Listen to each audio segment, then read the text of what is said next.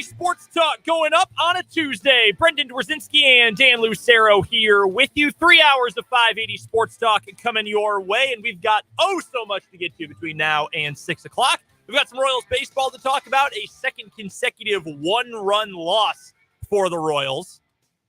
But specifically, we're going to talk about something good about the Royals. A, Daniel Lynch on the right track to get back in the near future. And Vinnie Pasquantino, he's not just Royals good. He's good. You know, there's a lot of things. Are they good, or are they just kind of good for the context of their situation? No, he is good. We're going to talk about just how good he has been coming up here in just a few minutes. Also coming up this hour, we've got some thoughts on the NFL draft, but really more so the other events around the NFL draft and current NFL players who are at it right now.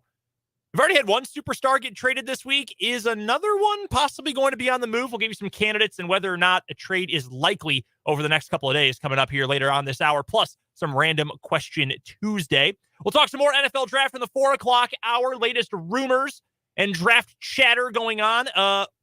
Will Levis to the top of the draft? For real? Maybe. Vegas says maybe it's a little more likely than you'd think. We'll talk about that and other news from around the NFL draft coming up later today. We've also got Michael Swain joining us, bottom of the 4 o'clock hour for Jayhawk Weekly. Our 580 Sports Talk headlines. We'll preview Royals Diamondbacks tonight. We are also going to get to something that popped up on Twitter fairly late last night that is so hilariously dumb that we needed to talk about it. What is the most amount of money you have ever spent to go to a concert? Not just on tickets, although the tickets for this concert were $400 a piece for bad seats. But a woman and her husband spent nearly $4,000 to go to a Morgan Wallen concert in Oxford, Mississippi. The concert was then canceled. She is demanding a refund for everything she bought during her trip to Oxford, Mississippi. That does not do justice to how funny this Facebook post is. We're going to get to that later on in the show today. Of course, we will take your texts throughout the show. Our text line number is 785-272-9429. And you can hop into the comment section on YouTube. The name of our YouTube channel is Sports on 580 WIBW. So hop into the comment section. Let us know your thoughts and anything we are talking about today. Make sure you subscribe while you're there as well. It's free to do. We've got tons of NFL draft video content coming later this week. So hit us up on YouTube. Again, the channel is called Sports on 580 WIBW. The Kansas City Royals are where we begin today. A tough one last night. Royals showed a little grit. They were down a couple of runs, came back, fought back, got the game tied at 4 in the 8th inning, overcame a, frankly, pretty tough start for Brad Keller. 4 runs in 4 innings. Not what you want against that Diamondbacks team. But they come back. And then they give up a run on an exciting play in the 8th inning, and that's it. They lose 5-4. A 30-mile-an-hour screamer off the bat. To drive in the run. That is slower than the batted ball that ended Drew Smyly's perfect game last week, which was 33 miles an hour off the bat. So Aroldis Chapman gives up that run, his first loss of the season. Good fight for the Royals, but they lose. They are now 5-18 on the year. One thought about the game in particular, and it's really frustrating that this is becoming more of a problem. Royals got to stop walking dudes. I mean, it's the same thing with the walks, the same things that have been problematic with walks over the last how many years. The pitchers are throwing too many of them, and the batters aren't generating enough of them. And last night, that included Keller. Yep. First inning, Keller walks the first guy he faces. Gets that double play ball, which he was fortunate to because the double behind that would have scored the run otherwise. Second inning, Brad Keller walks the leadoff man. That run comes around to score and a sac fly as the Diamondbacks score 2 runs in that inning to take the lead. Third inning, Brad Keller walks the leadoff man. 3 straight innings, you walk the leadoff man. Then another walk in that inning, and both of those walks would come around to score as the Royals would go behind 4-2. And Keller walked another guy in the 4th. And that was his last inning of work because he had thrown 95 pitches in 4 innings because he couldn't find the strike zone. It is unfortunate to see Keller going in the wrong direction. First couple of starts of the year I thought were promising. Looked like he had a pretty good feel for his new curveball. And now he leads the American League in walks. He's issuing close to 7 walks per 9 innings. Now, Keller's command hasn't always been outstanding. On his career, he's close to 4 walks per 9. He was over 4 walks per 9 in 2021. He was up over 3.5 walks per 9. Last year, it got him booted from the rotation. So this isn't a new problem. This is just an exacerbation of an existing problem. And in his first couple of starts this year, there were some steps in the right direction, but now he's going in the wrong direction. And I kind of feel like you could say that about almost everybody on this team, that, even though the results weren't coming early, there were still some positive signs. And so many of those positive signs have been eradicated, whether it's Chris Bubich's arm giving out, or whether it's Keller unable to find the strike zone, or whether it's the offense still not finding its way, still not seeing results, scoring runs, getting hits with runners in scoring position. Yeah, it just kind of fits in with the general theme of this dismal April, is that whatever positive things you were hoping to be able to hang on to, most of those have quickly reverted to negatives. And it's annoying that it looked for a brief second like that wasn't going to be the case. Like, all right, maybe the results aren't there, but you're seeing the process improve a little bit. Well, the process has kind of gone out the window at this point. Now you're not even getting those little incremental improvements nearly the same way, which is unfortunate, obviously, and a little daunting considering we still have, what would it be, 139 games left this season? Not an especially comfortable place to be. But there are 2 good pieces of news here. Number 1, speaking of pitching, sounds like Daniel Lynch is on track to be able to join the big league club by the middle-ish of May. So a few weeks out from this point on. That's pretty good. That, just in terms of getting another arm in there to start and eat up some innings, nice that Daniel Lynch is going to be back, because this is, like it was hopefully going to be for Bubich, like it is to a degree for Brad Keller, like it is to a degree for Brady Singer, even though he's, well, in theory, he's at the top of that class, but also he's been really bad to start this year. But it's something of a prove-it year for Daniel Lynch. What are you? What can you be? What are you going to be near and long term? So there's a lot of reasons why you want him to get back out there. And, I mean, for him to work back from an injury, you don't start the year with the big league club, obviously, because of that. It'll just be good to see him back out there. So I think, if nothing else, in a year in which there's not a whole lot to cheer for and be excited about, you lose one young pitcher to a horrible situation with the Tommy John. But at the very least, you end up bringing another guy and you can say, all right, well, there's been enough flashes in the past. Maybe we can get excited about a Daniel Lynch start. Or he sucks right away and there's no excitement at all. I guess we'll find out sometime middle of next month. And I've always been a proponent of Daniel Lynch's stuff. The question has been his ability to hold that stuff, his ability to command the stuff consistently, his ability to pitch well when things get difficult, when adversity strikes. And that's kind of been a common theme of a lot of these young Royals pitchers, which is why Bubich's first 2 starts this year were so impressive. One, he was staying out of trouble, and 2, looked like he was maybe more equipped to pitch his way through that adversity. So obviously there's a lot for Daniel Lynch to prove, and nobody's acting like, and nobody should be acting like he's the Deus Ex Machina for this Royals rotation. But it is encouraging that he's doing well, that he's on track, and I look forward to seeing him once he gets back in a month. Yeah, I'm looking forward to that. I'm with you. I've always thought that in terms of just the raw, what can you offer me before we get into the mechanics and all of that, I have always thought Daniel Lynch has a fairly high ceiling. Now, at this point, that ceiling might be like 4th starter stuff, but I mean, shoot, that's better than some of the options the Royals have had in recent years. Until this season, that was better than Chris Bubich was, as an example of that. So I'm excited to see him get back. The other thing I wanted to get to here, because it is worth talking about good things when a lot of bad is going on. It is worth focusing attention on things that are good. You know who's really good? Vinnie Pasquantino. And he just keeps producing over and over. For all these bad Royals performances, one guy who has been actually consistent and day in and day out is giving you something positive. It's Vinnie Pasquantino. And I don't want to completely bore you with statistics here, but here are some of the numbers for Vinnie so far. He's already got 4 home runs. Good start. 7 runs knocked in, but no one's on base in front of him because no one else on the team can hit. So I'm not worried about the RBI number. 291 batting average. That's pretty good. 391 on base. That's very good. That's top 10 in the American League. 532 slug. Also really good. Helps that he has 7 doubles. Last year, in nearly 300 plate appearances, he hit 10 doubles. He's got 7 in 93 plate appearances this year. Pretty good spot to be in. He's hitting the ball really well. It means he's swinging at better pitches, too, more hittable pitches. Mm-hmm. I mean, the thing with Pasquantino is he's got a good eye for the strike zone. Like, he knows what is a strike and what isn't a strike. But sometimes a hitter like that who's got really good bat control and command of what is a strike and what isn't, the tendency is you see a strike, you fire at a strike. And sometimes, you make contact on a pitch that it's a strike, but it's a pitcher's pitch. And they're inducing you to make contact on a pitch they want you to make contact on. So you're not able to drive the ball if you're swinging at pitcher's pitches.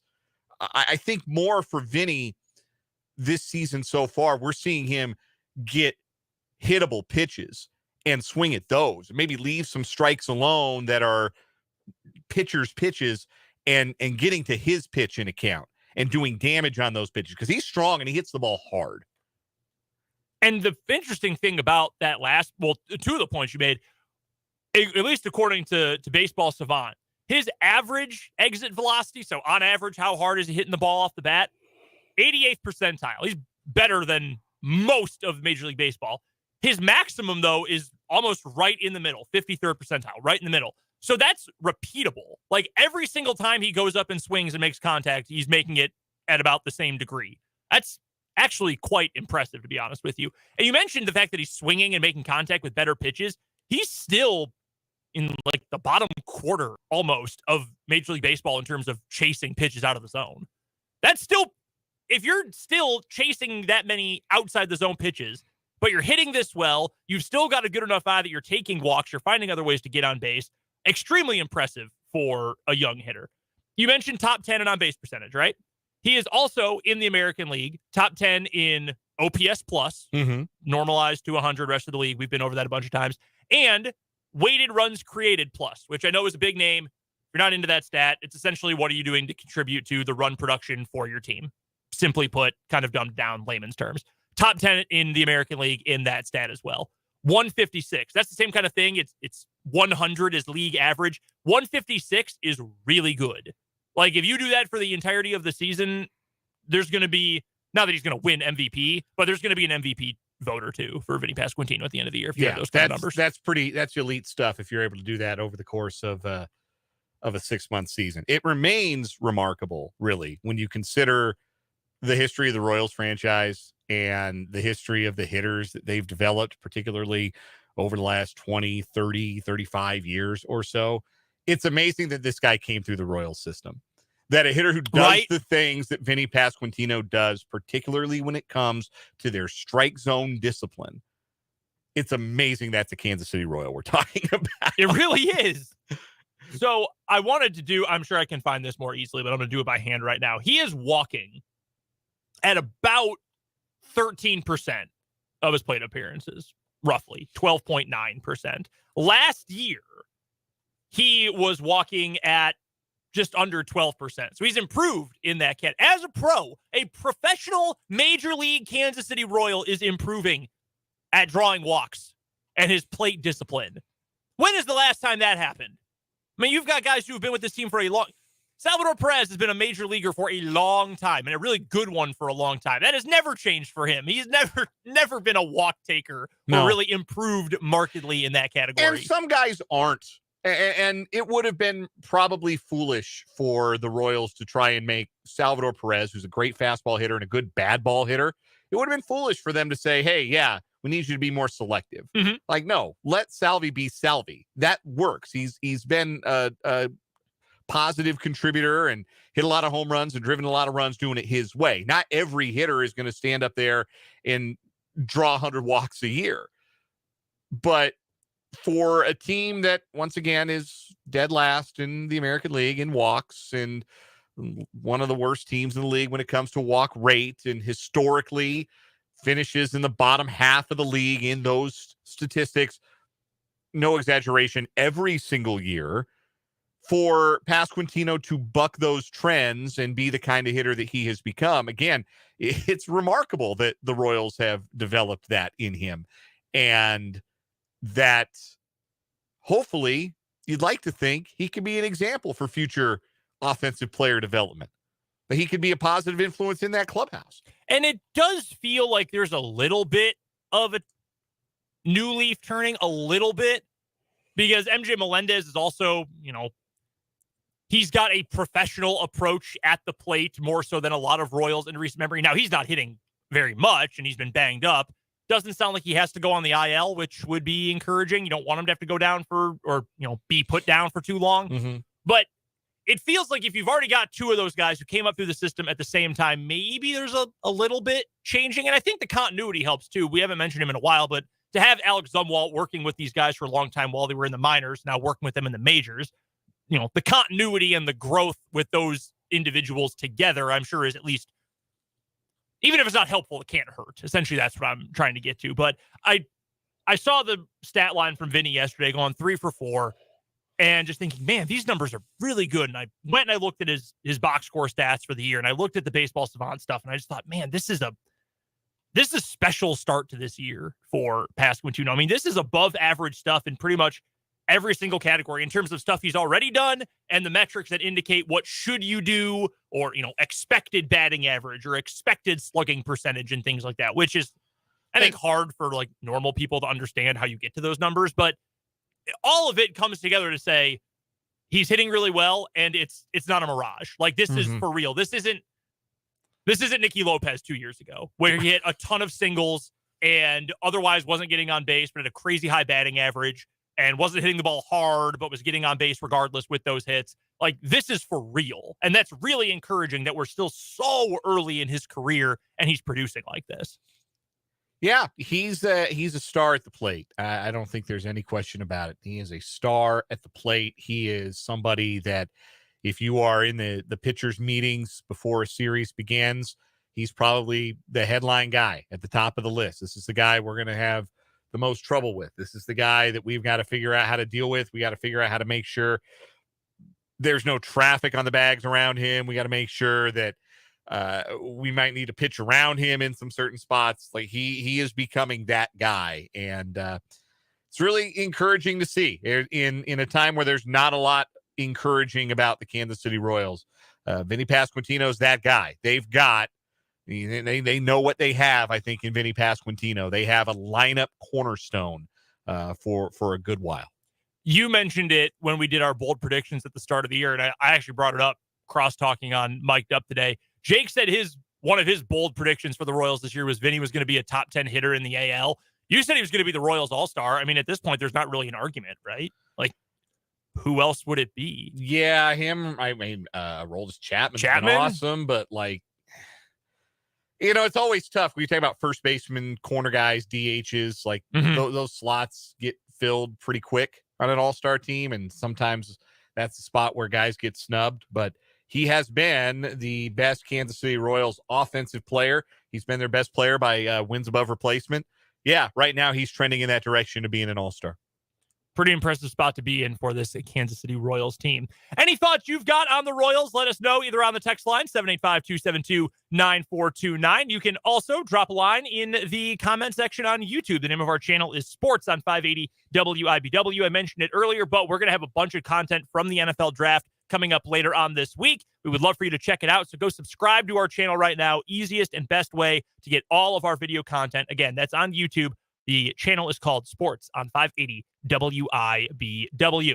Let's get to a quick break. We've still got plenty to get to this hour, including some thoughts on maybe some other trades at the NFL draft this week and Random Question Tuesday. That's coming up next on 580 Sports Talk.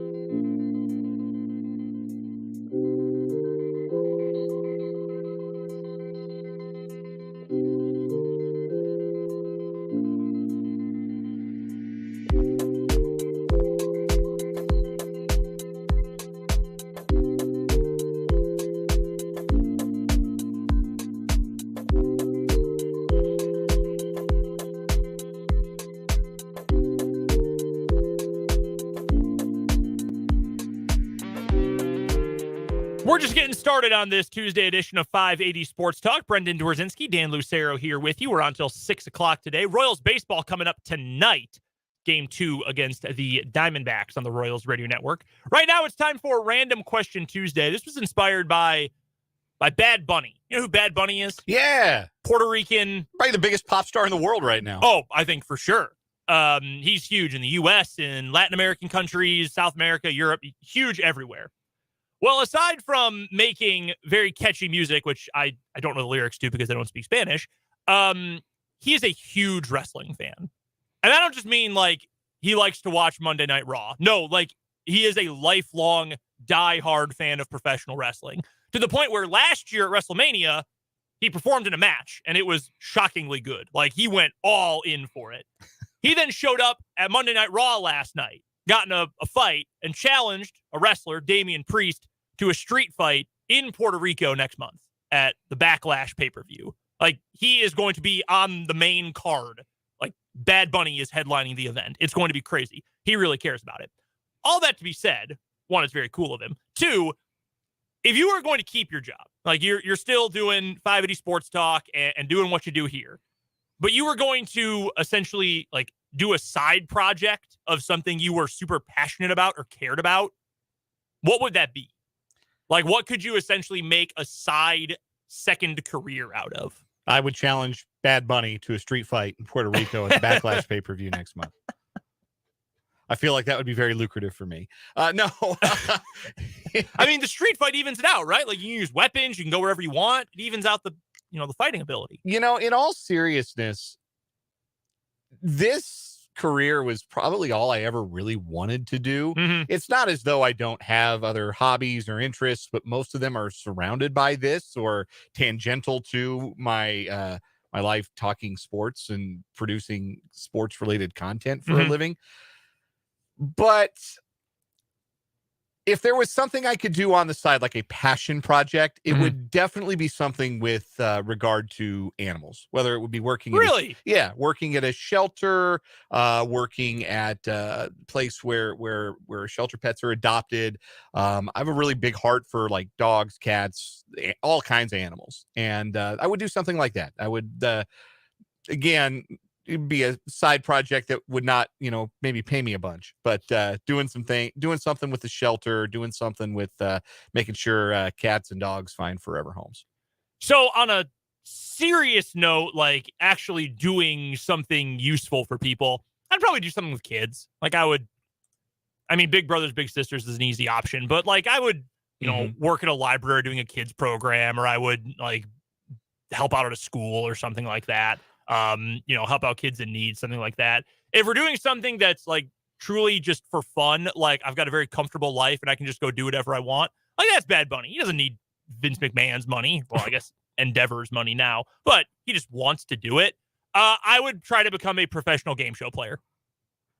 Like I'm going to take every single test, every single entrance exam for every single game show. Jeopardy, Wheel of Fortune, Press Your Luck, $100,000 Pyramid. Give me some British game shows. I'm going to try for all of them and try to get on as many as possible. That would be my passion project, my fun passion project. I don't think I make enough money to say, hey, I can't come to work for a month because I'm going to go to like Spain to be on Spanish Wheel of Fortune. But Spanish Wheel of Fortune. But it'd be pretty sick if I could. I'd be all about it. Another thing I would say would be coaching baseball in some capacity. The hours that we have here on 580 Sports Talk don't give me a chance to like get out to the diamond and coach, when we sign off at 6 o'clock. But I've done that before. I've coached, I've coached kids with no experience. I've coached kids with some experience. I've coached high school kids. I've coached like 10 through 12. I haven't done much younger than that. I don't know. Like, I don't know if I could do T-ball. That's a lot to me. But like stop picking grass. Why don't you care? Yeah, like I want to like I pitched and I like teaching that. I like to be able to teach like the fundamental stuff and get down in kind of the nitty-gritty with kids who want to know that stuff. And I got a pretty decent knowledge base of it. But yeah, that's something that I'd also like to do. I would love to do a side coach. Like I'd love to be like the offensive coordinator, and this is not intended to target any one program or area specifically. Like, I would love to be the offensive coordinator for a small high school football team that had nothing to lose. Like, that has won one game total in like the last 5 years. Like, we will try anything. Like, I will be your offensive coordinator, and I would do that. Now, I can't because I work from 3 to 6 when normally teams are practicing. Right. Yeah, that makes it hard to get involved in something like that. No, but I'd love to be like, okay, we're going to play 8-man. We're going to come up with the wackiest plays possible. Like, this is going to be absolutely preposterous, but I'm just going to sit in the classroom and we're going to draw up plays together. Like, that would be an awesome side thing. So if anyone has like a remote daytime OC need, let me know. Not many of those out there. No, probably not. You could do it during commercial breaks. Yeah, just a little scrap paper over here. Doodle some routes. Zoom in to the huddle, Zoom huddle. My random question Tuesday today. We were in the bullpen earlier today, and we were talking about video games, specifically the Madden series. There's a popular internet sports talk show that was ranking the Madden video games like all time, putting them in tiers, the best and the worst and everything in between. And we got to talking about Madden football, which got me to thinking about sports video games. Which sports video game do you think you put the most time into?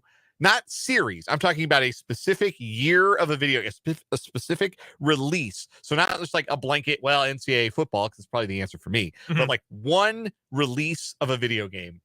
What's the most time you've ever put into one? It's College Hoops 2K7. That I played that game. I still play that game. It is sitting in my old PlayStation 2 under my TV right now because I played it a few weeks ago. And I used to play that because that came out in 6. So I was in like 5th, 6th, 7th grade at the time.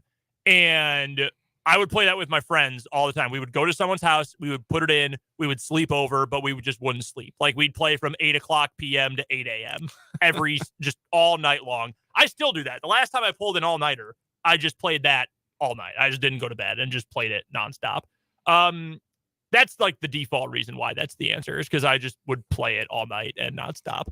NCAA football, what would that have been? 07 as well would be the NCAA football game that would be the next closest. We have an answer from the text line from the 785 NCAA 14, which was, of course, the last one. So that might be close to the answer for me, because every time I get the hankering to play a football video game, because I've kind of been out on Madden for quite a long time, but every now and again I'll fire up the old PS3 and give NCAA 14 a go. But there's that one. There's the one summer. It was the COVID summer. MLB The Show 20. I played 2 full seasons of franchise mode. When I say I played 2 full seasons, all 162 games. So that the playoffs. No quick counts.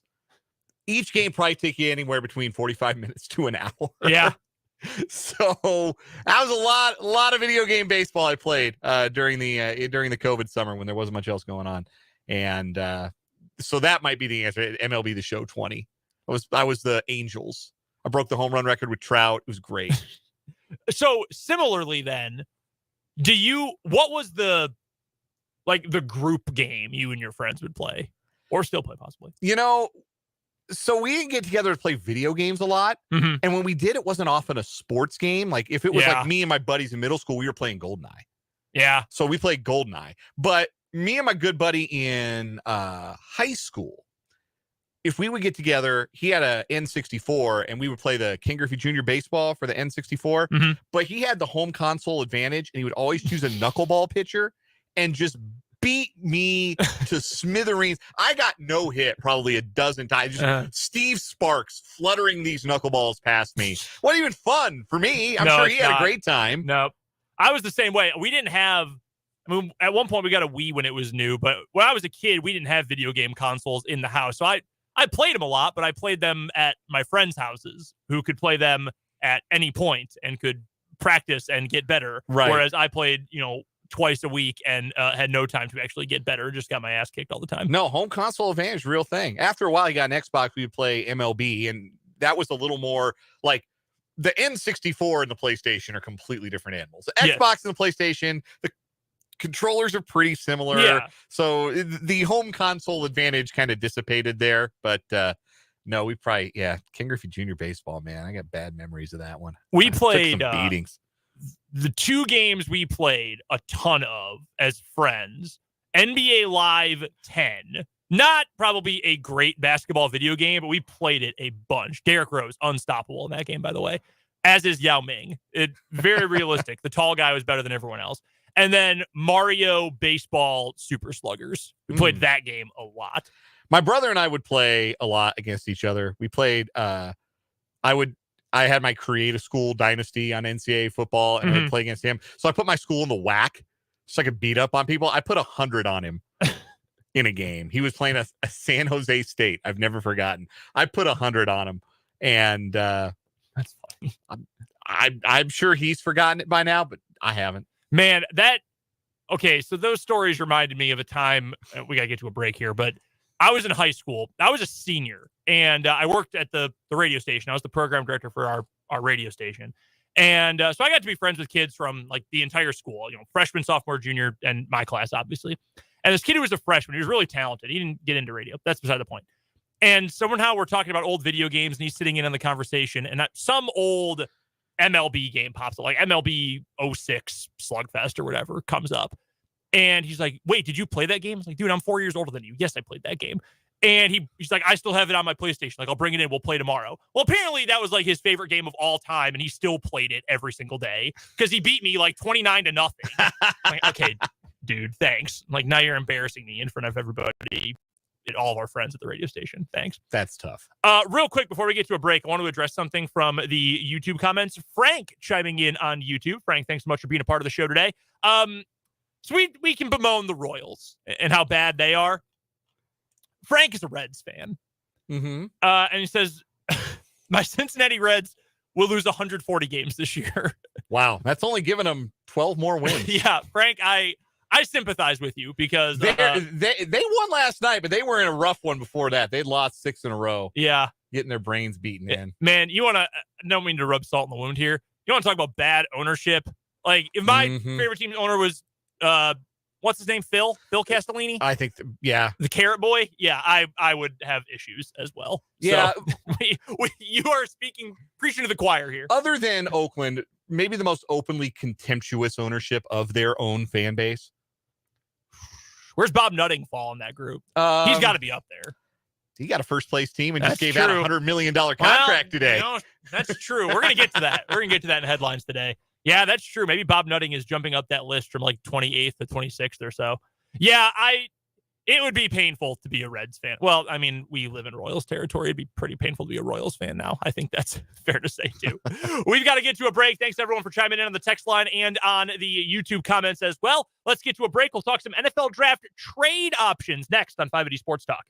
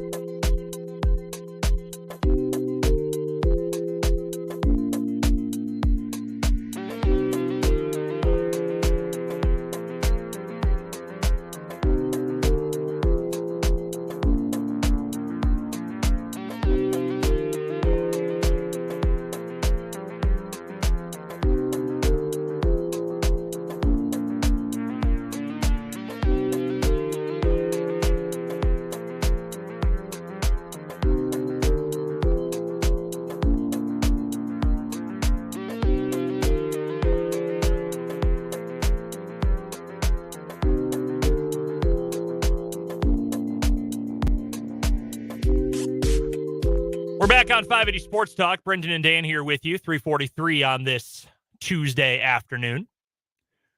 We've got a comment from Vance regarding our video game conversation about GoldenEye and 64. Mm-hmm. Greatest shooting game ever made, by the way. Yes, by absolutely. far the best absolutely ever made. So we played that a ton when I was a kid. And now on the Nintendo Switch, they've got this online like remastering of a bunch of old games. You can play the original GoldenEye, but with the Switch system now. Oh, It's incredible. It is absolutely wonderful. I did want to get to this from the NFL.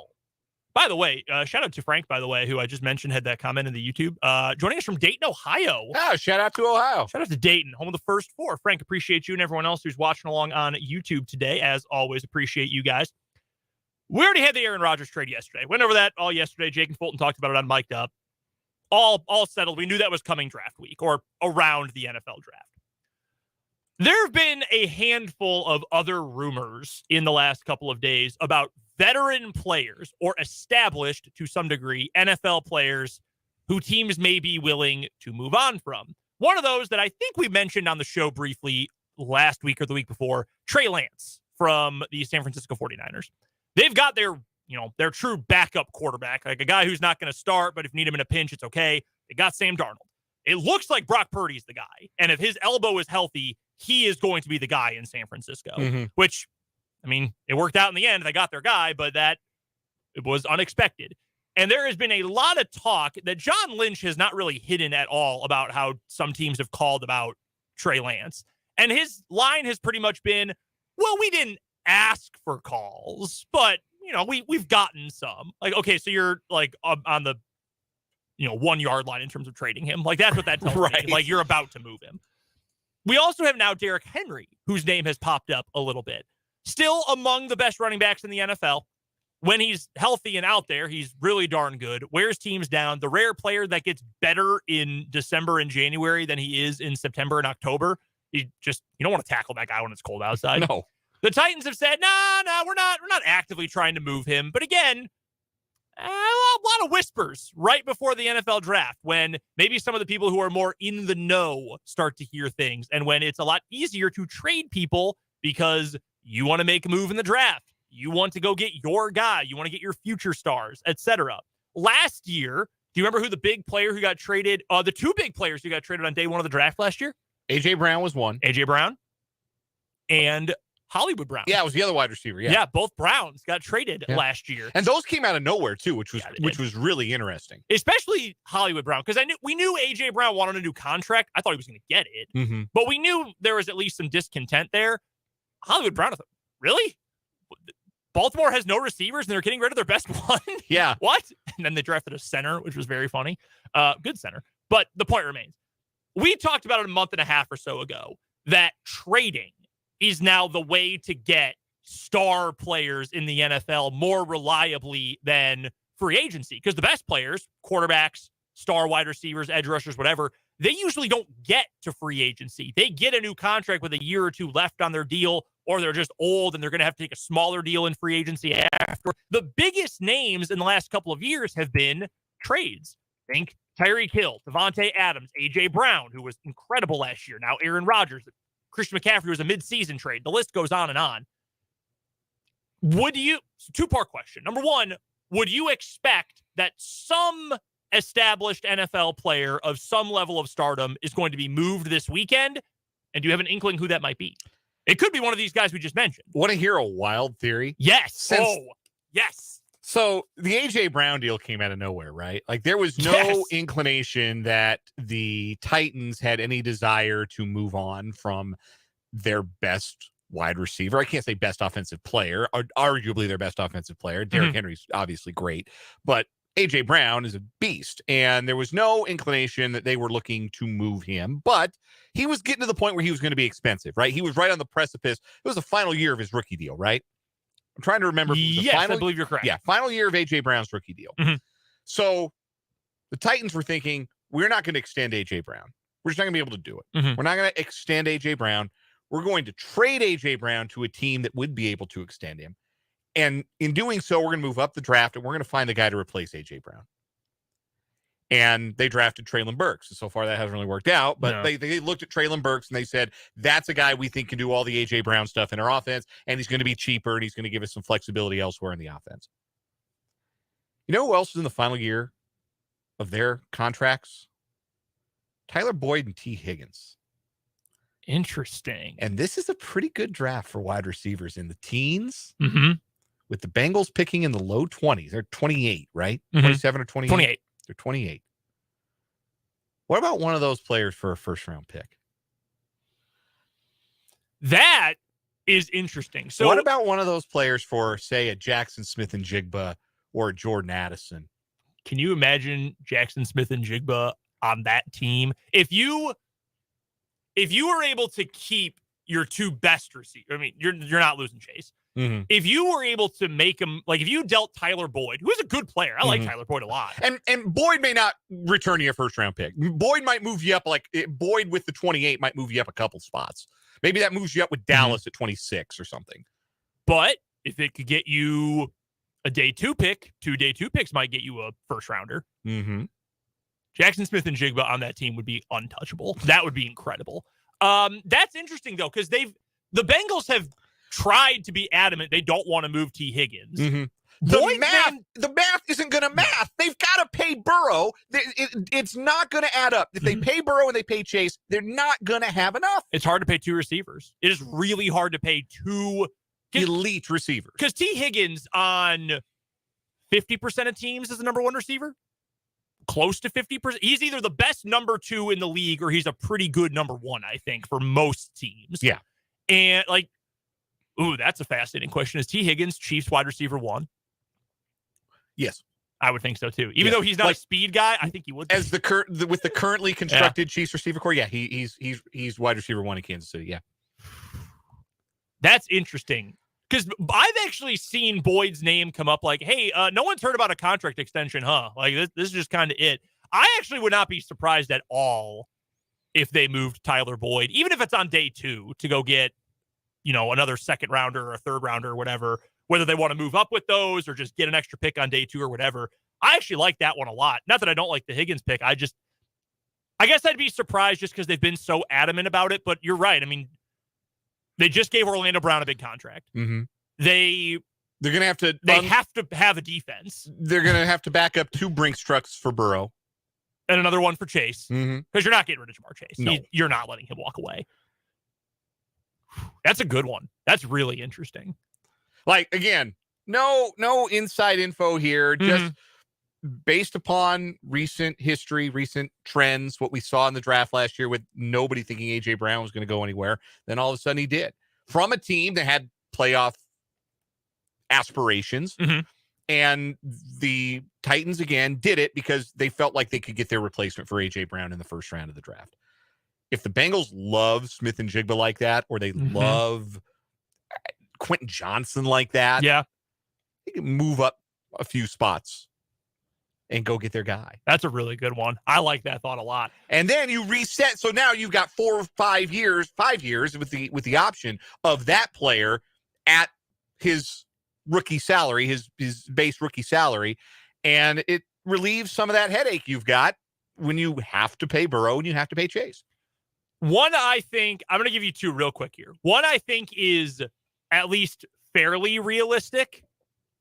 I think Trey Lance has a very good chance of getting moved here. I mean, if you've got 2 quarterbacks who you're comfortable with starting, I mean, that's a pretty good spot to be in if you're San Francisco. But it sort of feels like that's already run its course if they think Purdy's the guy. And if they think, hey, he'll be back by week 4 at the latest, probably just run with Darnold for 3 weeks and say, we'll be fine. I think there's a good chance Lance gets moved. I don't know to who. Maybe to a team that needs a quarterback that is currently being coached by the former defensive coordinator of the San Francisco 49ers. Maybe the Texans. Here's one that's a little bit off the wall for you. This offseason, has it felt like things have been nice and rosy and cheery between Mac Jones and Bill Belichick? No. Mac Jones to the Las Vegas Raiders for pick number 7. One of those first-round quarterbacks will probably be there at number 7. Whether it's Levis, Richardson, or maybe even C.J. Stroud. Yeah. Josh McDaniels, Another guy he coached in New England. Doesn't it sound like they want to draft a quarterback in Vegas? Jimmy Garoppolo. You can move on from Jimmy Garoppolo anytime. It would have to be Mac and the 14 for the 7, right? Yes. Oh, yeah. Definitely. You're not getting the 7th overall pick for Mac Just Jones. for Mac Jones. That would be awesome, though, if you could. That would be very, very funny. Mac for a pick swap guy. Yeah, I think that's an interesting thought, but it wouldn't work with any team except the one coached by Josh McDaniels. Right. Like, if you offered that to, Atlanta and said, hey, Desmond Ridder, I don't know about him, they would laugh in your face. Like, no, we're not doing that. Absolutely not. But the team coached by Josh McDaniels, who is committed to only getting expatriates on his team, and that's not even a joke. Like, that's not even a meme. That's just true. What they do, yeah. Actively trying to do it. I wouldn't completely write it off. Not likely, but I can see the connection. Trey Lance, to me, going back to Trey Lance, Houston's interesting.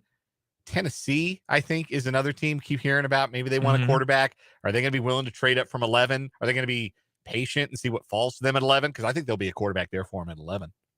Yeah, there very well could be. That's true. There might be one there. Minnesota. The interesting thought about Lance in Tennessee real quick is that if you end up keeping Derrick Henry, which I assume they probably will, that's a pretty nasty run threat with Trey Lance's athleticism and then Derrick Henry. And it feels like they're out on Malik Willis. Otherwise, they would have played him instead of street free agent Josh Dobbs in the final few weeks of the season. Man, I thought it was going to take some time for Malik Willis. That was worse than I could have expected. Yeah, it was really bad. That was tough. So maybe a career backup is in Malik Willis's future. We've got to get to a break. We'll talk a little more NFL draft. The players who are going to get picked. What are some of the latest pieces of rumors, news, and notes on them? We've got What Is Wrong With You and Michael Swain. All that is coming up next hour here on 580 Sports Talk.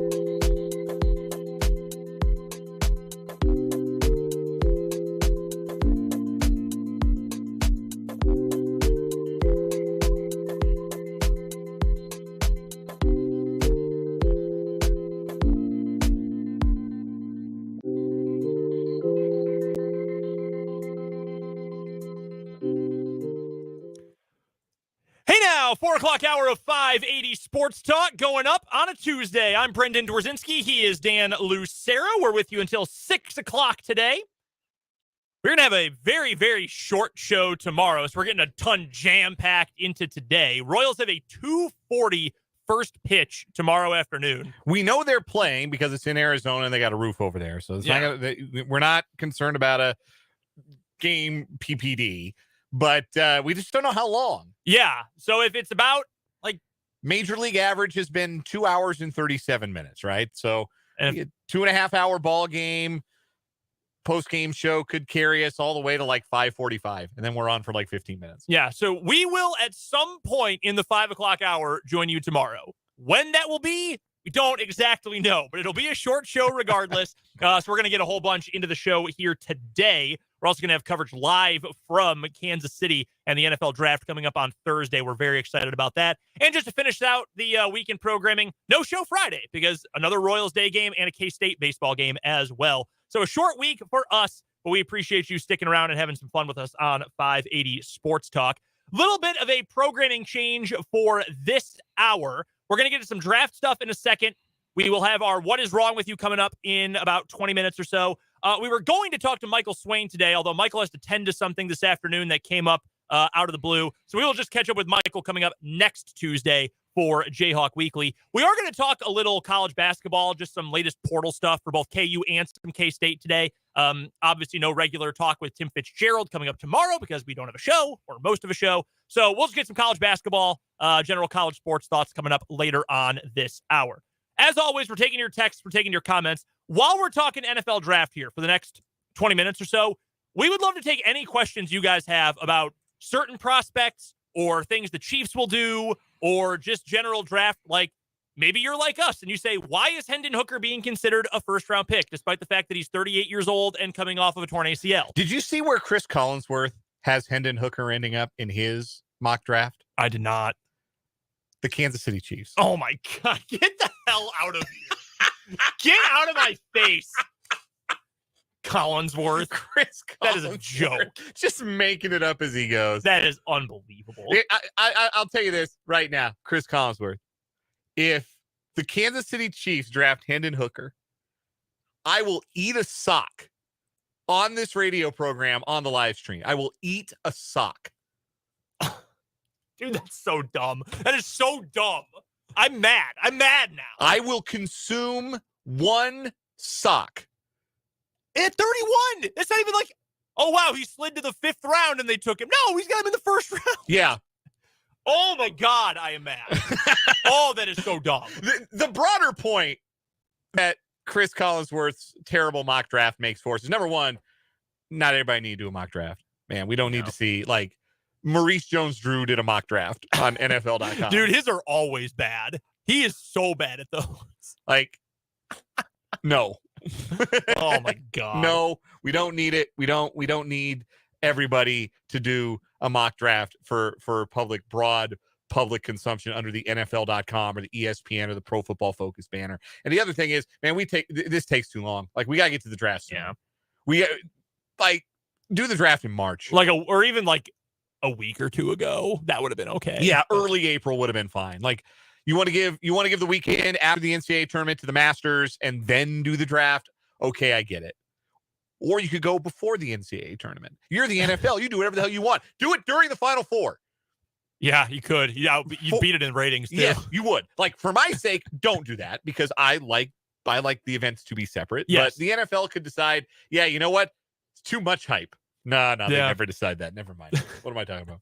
So the point being, if you've got any questions or thoughts or comments or want to know our takes on anything dealing with the NFL draft, certain players, whatever, send them in. Our text line number, 785-272-9429. Hit us up on the comment section on YouTube. The name of the channel, Sports on 580 WIBW. Give us a comment, shoot us a text. Any draft questions you have, we'll get to as many as we can. Whatever we send in, we're going to open the floor to you and any questions you may have. We've already got a couple in that we will get to. But the first topic, draft-wise, that we had to bring up today, the age of the internet and social media changes the way we consume and address everything, but sports and sports news particularly, because things happen so quickly and they change so quickly.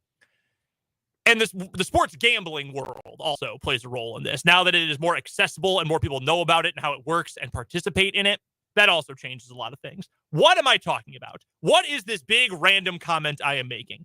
This morning on popular message board website Reddit, which is home to some really great thinking, some really cool articles, and also the absolute dregs of society. A person on the sportsbook subreddit. So it's all about sports gambling. What are your picks today? Why do you hate this book versus this book? Whatever. Somebody posted today, and I need to get the full title of the post. It is still, it's actually not even on I'm on the wrong one.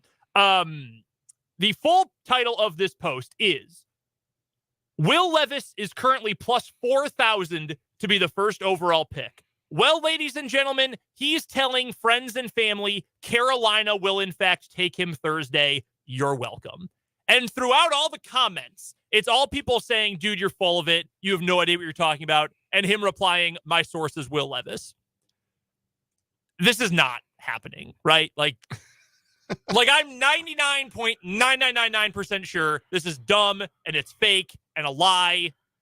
This dude joined Reddit 6 days ago, right? Yes. Like, this is not like an established, oh, hey, I'm shooting the breeze with the boys on the sportsbook app. And oh my gosh, I've stumbled into the news drop of the century and I must share it with all my Reddit pals. No, this is just a dude looking to drop a bomb. This is just a dude trying to see if he can manipulate the Vegas line. And you know what? Congratulations, internet rando. You did it. A lot.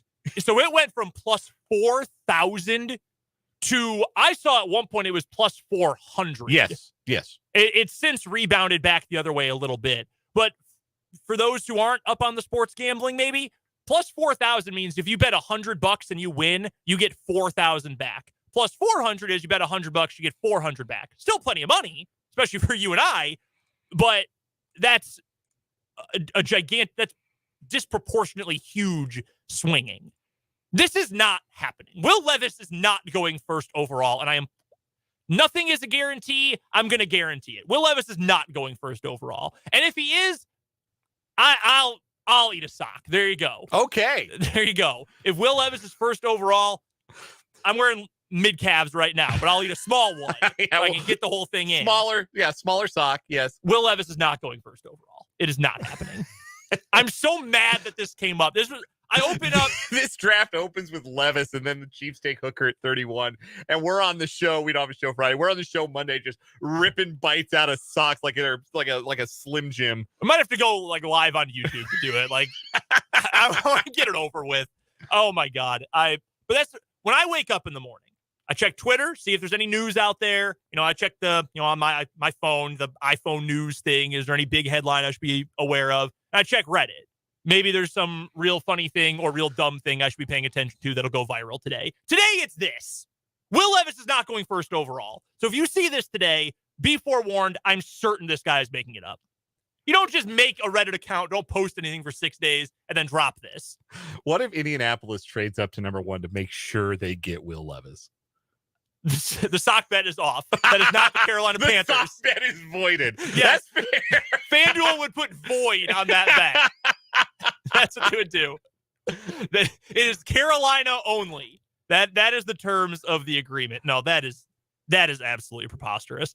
Where do you think Levis goes? Indianapolis. Man, I have Richardson going there in my mock draft. We'll do our mock drafts on Thursday's show, our full first round. I still think they go Richardson, but man, this is why it's too long. I've overthought this in every direction too many times to the point where I don't trust anything anymore. Not even one bit. Let's get to a couple of the questions here from the text line and YouTube. We've gotten a couple in about Deuce Vaughn. Mark, Jason, both asking about Deuce Vaughn. So let's get there. Yeah. Also 785 on the text line asking about Deuce Vaughn. Everybody wants to know, understandably, where one of the more beloved K-Staters in recent vintage and probably in all-time vintage is going to play his pro football. So you and I have differed on this when we've talked about it over the course of the draft process in the offseason. I've been saying I would not be utterly shocked if he's even a late third, early fourth rounder, whereas you, if I'm not mistaken, have been more mid day 3. Middle of day 3 for me. 5th round, 6th round feels about right for Deuce. I was very confident in my stance on this until I saw Deuce's testing numbers. I like to go through, we've talked about relative athletic score before. It's a thing that, football fans online created. A guy named Ken Platt came up with it. Mm-hmm. But it's a good measuring tool. It's a good publicly available tool to measure how athletic guys are. I didn't even bother checking Deuce Vaughn's because I figured it was fine.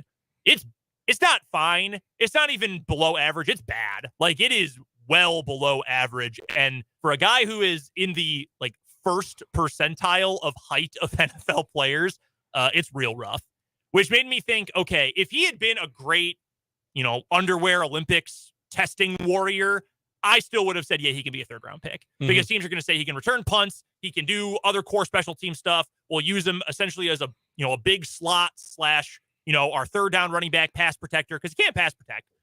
I would have been comfortable with that. The fact that he ran a mediocre 40, didn't have a great broad jump, testing numbers just weren't very good, I think I'm backsliding on my pick a little bit. And I would now be pretty shocked if he went before rounds late 4, early 5. Mm-hmm. And yeah, the testing numbers, the physical testing numbers aren't real good. The counterpoint to that is look at the tape. Yeah, that's true. Look at what he put on tape. Like, how fast is he? Fast enough. How agile is he in tight spaces? Enough. More than enough. I mean, we're talking about a guy who led the country in all-purpose yards. So I think that you can read too much into that. I think there are some teams that are going to put a higher premium on that than others. Like, there are some teams, especially with their day 3 picks, they're going to take swings at guys who tested off the charts, who maybe weren't as productive in college, but they've got the impressive broad jump or bench press or 40 or shuttle cone drill numbers. There are franchises that are like that. I think historically, like the team I root for, the Seattle Seahawks, has been a team like that. Mm-hmm. I know I saw Deuce mocked to the Seahawks. I think Dane Brugler did that a couple of weeks ago in his 7-round mock. I would do a backflip, and I can't even do a backflip. I would be thrilled because I've seen the tape. But knowing those numbers, testing numbers are what they are, it would kind of surprise me if Seattle looked in that direction. I know Green Bay is another team that loves dudes that just have crazy athletic profiles. And they'll take those dudes.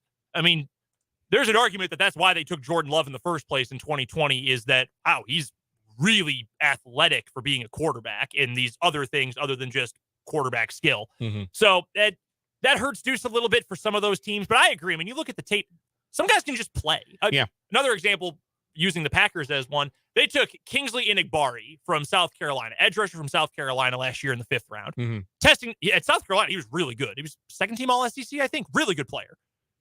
Testing numbers were awful. Like, worse relative to edge rushers than Deuce Vaughn relative to running backs. They were terrible. Packers took him anyway. He was really good. He was probably second best rookie on the team last year. Some guys can just play. They're they're gamers. That's every coach, had gamers. Mm-hmm. Like, maybe he didn't look great in practice, but you could just play when it was game day. I think Deuce is that kind of guy. I do too. I don't think he's an RB2 for somebody, but I think he's like you said, like an RB3, somebody who helps on special teams.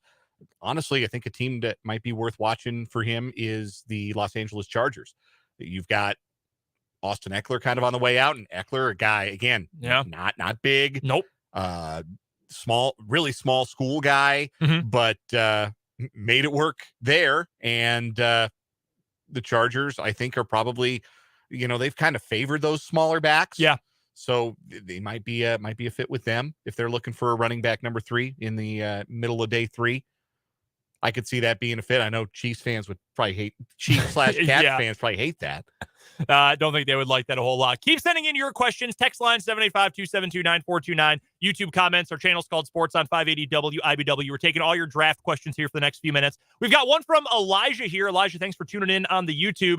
Pretty easy one about K-State, or about the Chiefs. He's wearing a K-State hat in the profile picture. Chiefs first round pick. Who's it going to be? Again, we are going to get to our full mock draft picks for the first round coming up on Thursday's show, day 1 of the draft. I'm leaning wide receiver right now. I think it's going to be Quentin Johnston. I think there's a lot of signs pointing to it being a wide receiver, given that the Chiefs need some pass catching help. They haven't added any, it was a bad class of free agent wide receivers, to be fair, but they haven't added a big name. They didn't give a bigger contract to Juju. They didn't lowball him, but they had a number they weren't willing to go above, and that's fine. He's worked out with Mahomes. He has that yak ability that we know the Chiefs love to have.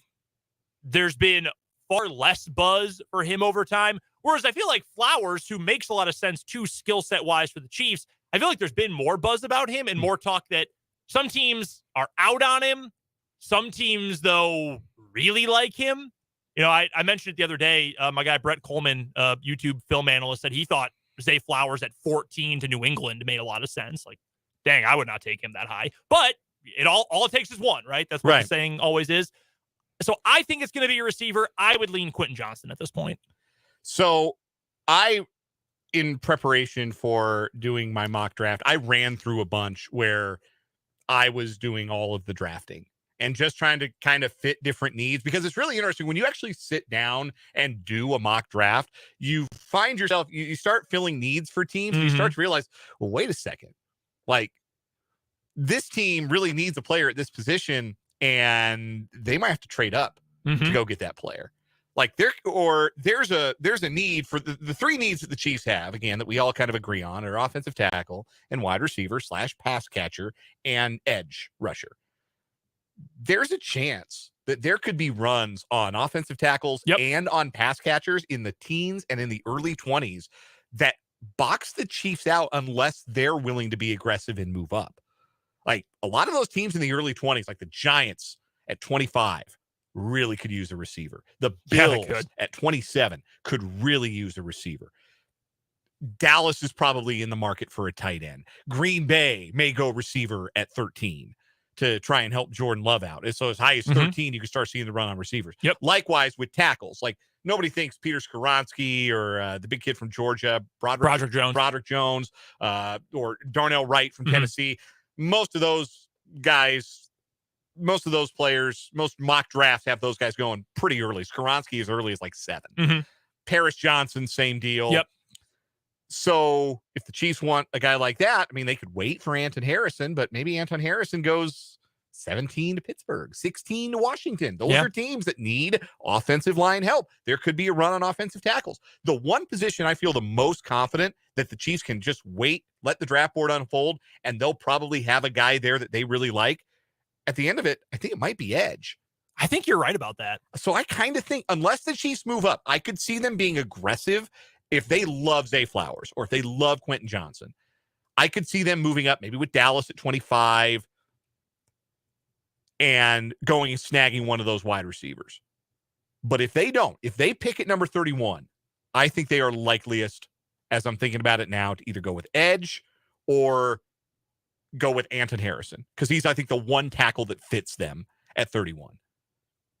Yeah. No, I think all that makes a whole lot of sense. It's, you know, we talked about it yesterday with the tackles, that there's not much depth there. I think the players at the top, you know, Broderick Jones, Paris Johnson, Skoronski might be a guard in the NFL, might be a tackle depending on the team. Don't know. I think he's the best overall lineman in the class, whichever position he plays. Those guys, I think, are going to go pretty early. I have a hard time seeing the Chiefs moving up that high. But again, the fact that you've got the ability to move and you need cheaper, good talent for the long term, because you're going to have to pay Chris Jones again. You're going to have to, well, Mahomes at some point is going to get a restructured contract or just extended, same functionality as the current one, whatever. It would really help to have cheap talent, you know, ready-made cheap talent, not necessarily just flyers. So I think moving up is certainly within the cards. That feels like that early to mid-20s is kind of the sweet spot for that for the Chiefs. Like the Vikings pick at 23, Giants are 25, Cowboys are 26. I think one of those is certainly on the Chiefs' radar to move up for. One question I've got for you. Give me a player. It doesn't have to be a Chiefs target. It can be any player in the draft anywhere. Give me not even a bold prediction, but just a take you're fairly confident in. Like some team is going to trade up to get this guy, or this player is going to go, he's not being talked about, but he's going to end up in the top half of the first round. The one that stands out to me right away, and his name keeps popping up in discussions I've had on Twitter about the Chiefs, about the Packers, about pretty much every single team that needs a pass rusher. I'm pretty confident in this pick. Someone is going to trade up to take Felix Anudike-Uzomah. He is going to be he will be drafted probably second round, but he is going to be the product, wherever he gets picked, of a trade up to get him. I think he is, the more I haven't scouted, like eaten the tape for players as much this year as I have in some recent years. I think he is the best player of the second group of edge rushers. Like the top group, I mean, Will Anderson's one of one, but I think Nolan Smith's up there. I think Lucas Van Ness at this point is pretty widely considered a first-round pick.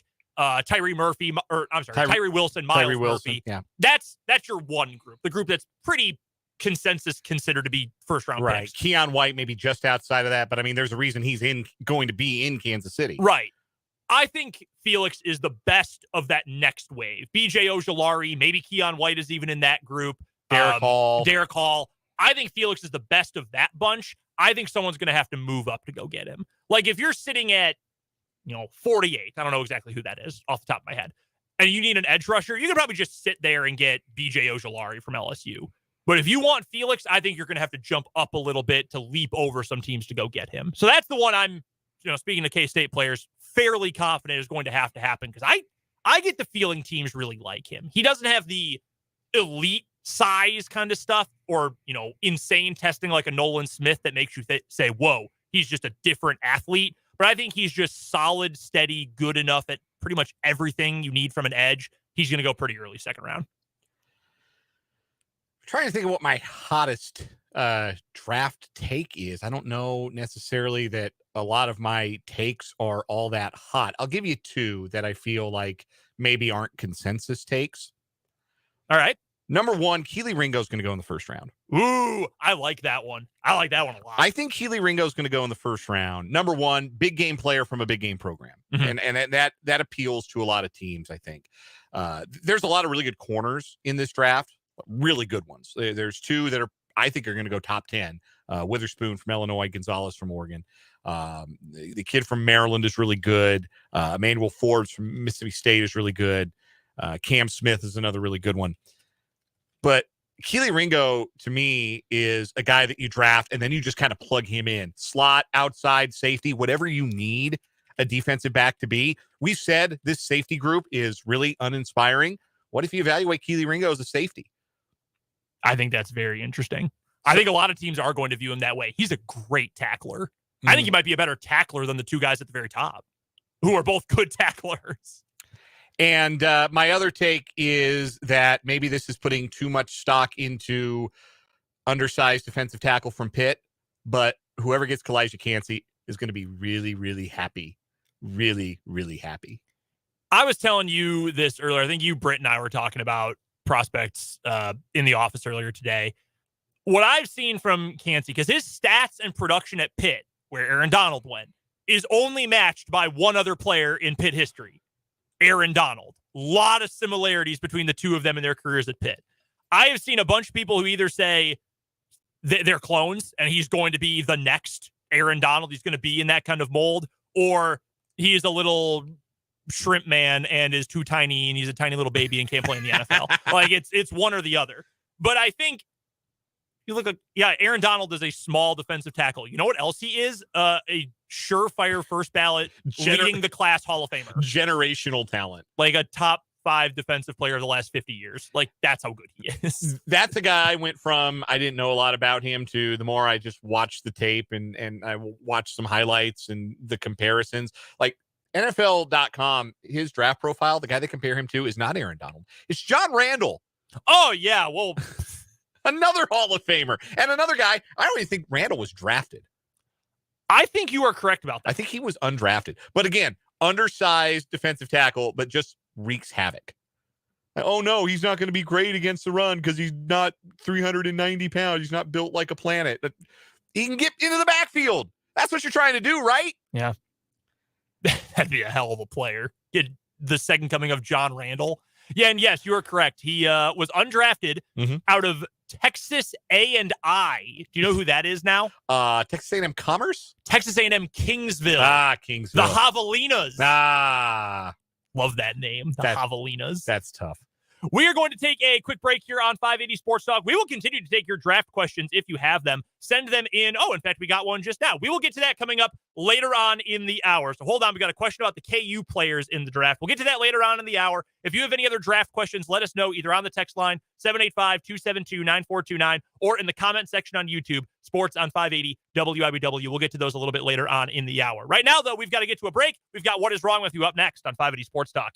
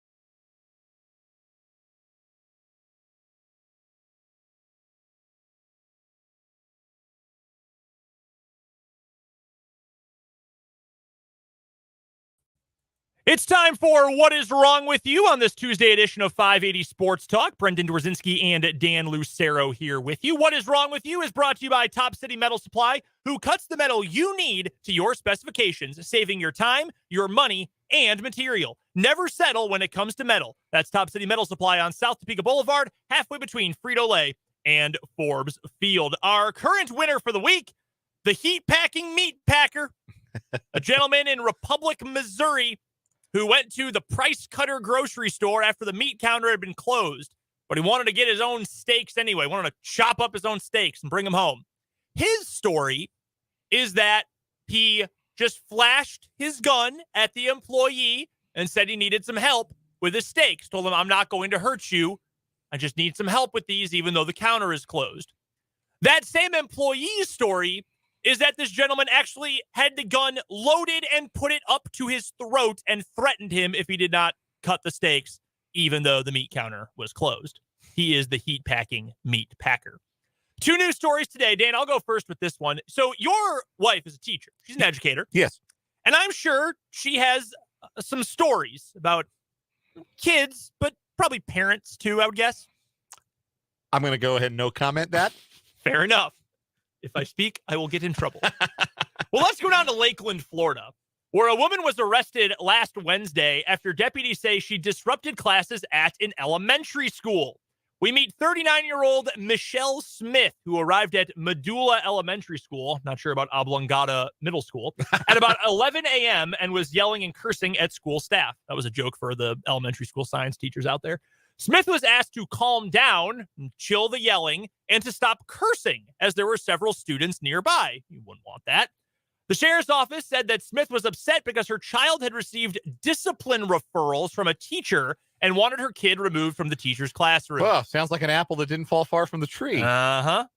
Deputies say a school administrator heard the disruption and approached Smith, who then demanded that her child be placed in another class. The administrator then told Smith to calm down and said they would arrange for a meeting to discuss the child's behavior and potential to be moved to another class. That was not enough, though. The sheriff's office said Smith told the administrator she was there to pick up her child and walked past the staff on the way toward the classrooms. She continued to yell at the administrator, who continued to follow her. The sheriff's office said Smith pushed that administrator and attempted to open a set of locked hallway doors. Not okay. Even in the current climate we live in, you can't just be barging into classrooms. That's very dangerous. Smith realized she couldn't open the doors, so she left the building, then jumped over a gate to flee from the school. That's wild. What's her RAS score? Yeah, right? 8.9 out of 10. She eventually called deputies and said, I'm at the CVS. I'll wait for you. The administration said, quote, there's a right way and a wrong way to present concerns to the school. This is an example of how to go about it the wrong way. Our teachers already have the difficult task of educating our children. We will never allow anyone to come on our school campuses in this manner, assaulting staff and disrupting classes. This is a guaranteed trip to the county jail. She was released after paying $1,500 bond and was charged with battery on a school employee, disrupting a school function, and trespassing on school grounds. This is what I think can probably be described as my child is perfect syndrome. And yeah, I think that's probably a pretty accurate description here. Did you ever get disciplinary notices sent home? No. Oh, no, wow. wow. Look at Dan. I wasn't perfect, but I never got to the point where my parents need to come to school and check me. I don't think I don't think my parents ever got called to like come to school. I mean, I got in trouble a time or two. I got sent in the hallway a time or two. Yeah, I had to spend some recess on the wall because basketball got a little heated. Yeah, no, that's fair. Yeah. I had a teacher, I don't know if I've shared this in the air before. My 6th grade math teacher was the only teacher my entire life to do this, recommended that I get put in special education classes all 3 trimesters of my 6th grade year. Elementary school is on trimesters. No other teacher ever did that. She did, though. She did not like me. And I didn't really like her. That's all right. When I was in kindergarten, my PE teacher sent a note home with my parents that said I needed to work on my skipping. I wasn't good enough at skipping. Come on, man. That seems like a waste of everyone's time. Probably the only negative thing that was ever written on one of my report cards. Certainly in elementary school. That's really funny. Of all things. Hilarious. Miss Minson. I've never forgotten her name. I wouldn't either. I've never forgotten Miss Giglio's name either. Garbage math teacher. Maybe you were good at your job. It wouldn't have been goofing off in class. Okay. No disrespect to our nation's teachers. They have a very, very hard job. Yeah, they do. And made harder by women like that. Well, yeah, no kidding. What do you have for today? We go to Larchwood, Iowa, where a 27-year-old man from Lead, South Dakota was arrested, not once, but twice on Friday. The initial arrest of 27-year-old Trev Allen Jacobs stemmed from the investigation of a suspicious man on 100th Street, east of Grand Falls Casino and Golf Resort, northwest of Larchwood. A deputy located Jacobs and found he was wanted on a warrant out of Minnehaha County in South Dakota. Jacobs was arrested as a fugitive from justice and transported to the Lyon County Jail in Rock Rapids. He was clearly under the influence while in Lyon County's custody, and multiple officers were needed to deal with him. Minnehaha County authorities picked him up during the day. He bonded out of jail in Sioux Falls, South Dakota, and then went back to the casino in Iowa. Jacobs called the sheriff's office to say that they didn't give him all his property when he left. So a deputy took a bag of his property to the casino to get back to him at about 7:20 p.m. The deputy met with Jacobs in the north lobby. When Jacobs walked away, the deputy observed irregular movements that indicated Jacobs was under the influence of a stimulant, according to the incident report. Security staff concurred with the deputy's observation. So when Jacobs got into his 2013 Ford Focus and began to drive away, the deputy conducted a traffic stop in the casino parking lot. Jacobs had bloodshot, watery eyes and admitted to using meth within the last few days and said he should not be driving and was arrested on a charge of third offense operating while under the influence. So he got arrested because he was wobbling around. They thought he was suspicious. They found out he had a warrant. They put him in jail. He bonded out. He went back to the casino and then called the police on himself effectively and got himself arrested again. Hey, look, I mean, saving people some time and some effort. Call the police on yourself. That's pretty funny. Policing, another difficult job. Yeah. That guy made it easy on him, though. Yeah, no, that's not. Like, honestly, if I was handling that case, I'd say, no, I appreciate this guy. Thank you. Might go a little bit easier on him. It made my job a whole lot easier. Yeah. That's pretty funny. Third offense operating while under the influence. That's probably not something you should be doing. No. I feel like No. 0 times is the maximum, but certainly after the first or second time, you should probably learn your lesson. Yeah, I'm shooting for 0 personally. Yeah, that's what I'm aiming for. Yeah. All right. Who's your winner for today? I'm going to go with the guy who called the police on himself. Got himself arrested twice in one day in a state he doesn't even live in. Yeah, I'm with you on that. That's pretty funny. Not even in your home state. No. Going somewhere else. I don't know how close these two cities are. Well, okay, city is used loosely here. Larchwood, Iowa, which I had never heard of until today. Population 926. Must have a casino like fairly nearby. It's just up the road north. The casino is right on the South Dakota, Iowa state line. Okay. And then that itself, if you went across into South Dakota, you could probably be in Minnesota in 5 minutes. Oh, all right. The true tri-state area. Yes. Okay. All right. The geography makes a little bit more sense now. All right. That's our winner for today. Does that beat the Heat Packing Meat Packers? It does not. No, I don't think so either. It does not. Put a gun to the guy's neck because he couldn't get steaks after hours. Just go earlier in the day. Go tomorrow. You'll figure it out. It'll be fine. Yeah. No need to put the gun to the guy's throat. No. That is our winner today, again, in What Is Wrong With You, and it advances on to our monthly championship, which is coming up, or semifinals anyway, on Thursday. We'll do semis and finals on Thursday. Yes, we will. Because we do not have a show on Friday and no What Is Wrong With You on the short show tomorrow. As always, What Is Wrong With You is brought to you by Top City Metal Supply. Metal cut to order when you need it. That's Top City Metal Supply on South Topeka Boulevard, halfway between Frito-Lay and Forbes Field here in the capital city. Let's take a break. When we come back on the other side of this timeout, we'll continue taking your questions on the NFL draft, 785-272-9429, or the YouTube comment section. Sports on 580 WIBW is the name of our YouTube channel. Let us know your questions. We'll talk a little transfer portal coming up next segment here on 580 Sports Talk.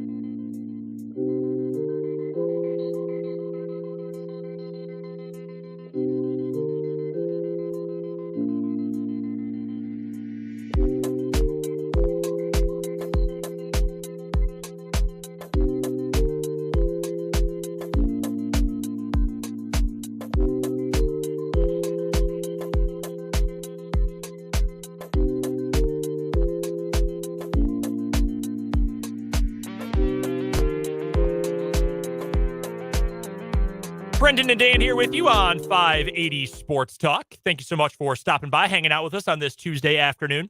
Before we get to a couple thoughts on the transfer portal, and it sounds like some stuff's brewing, at least for one of our local schools, really both of them.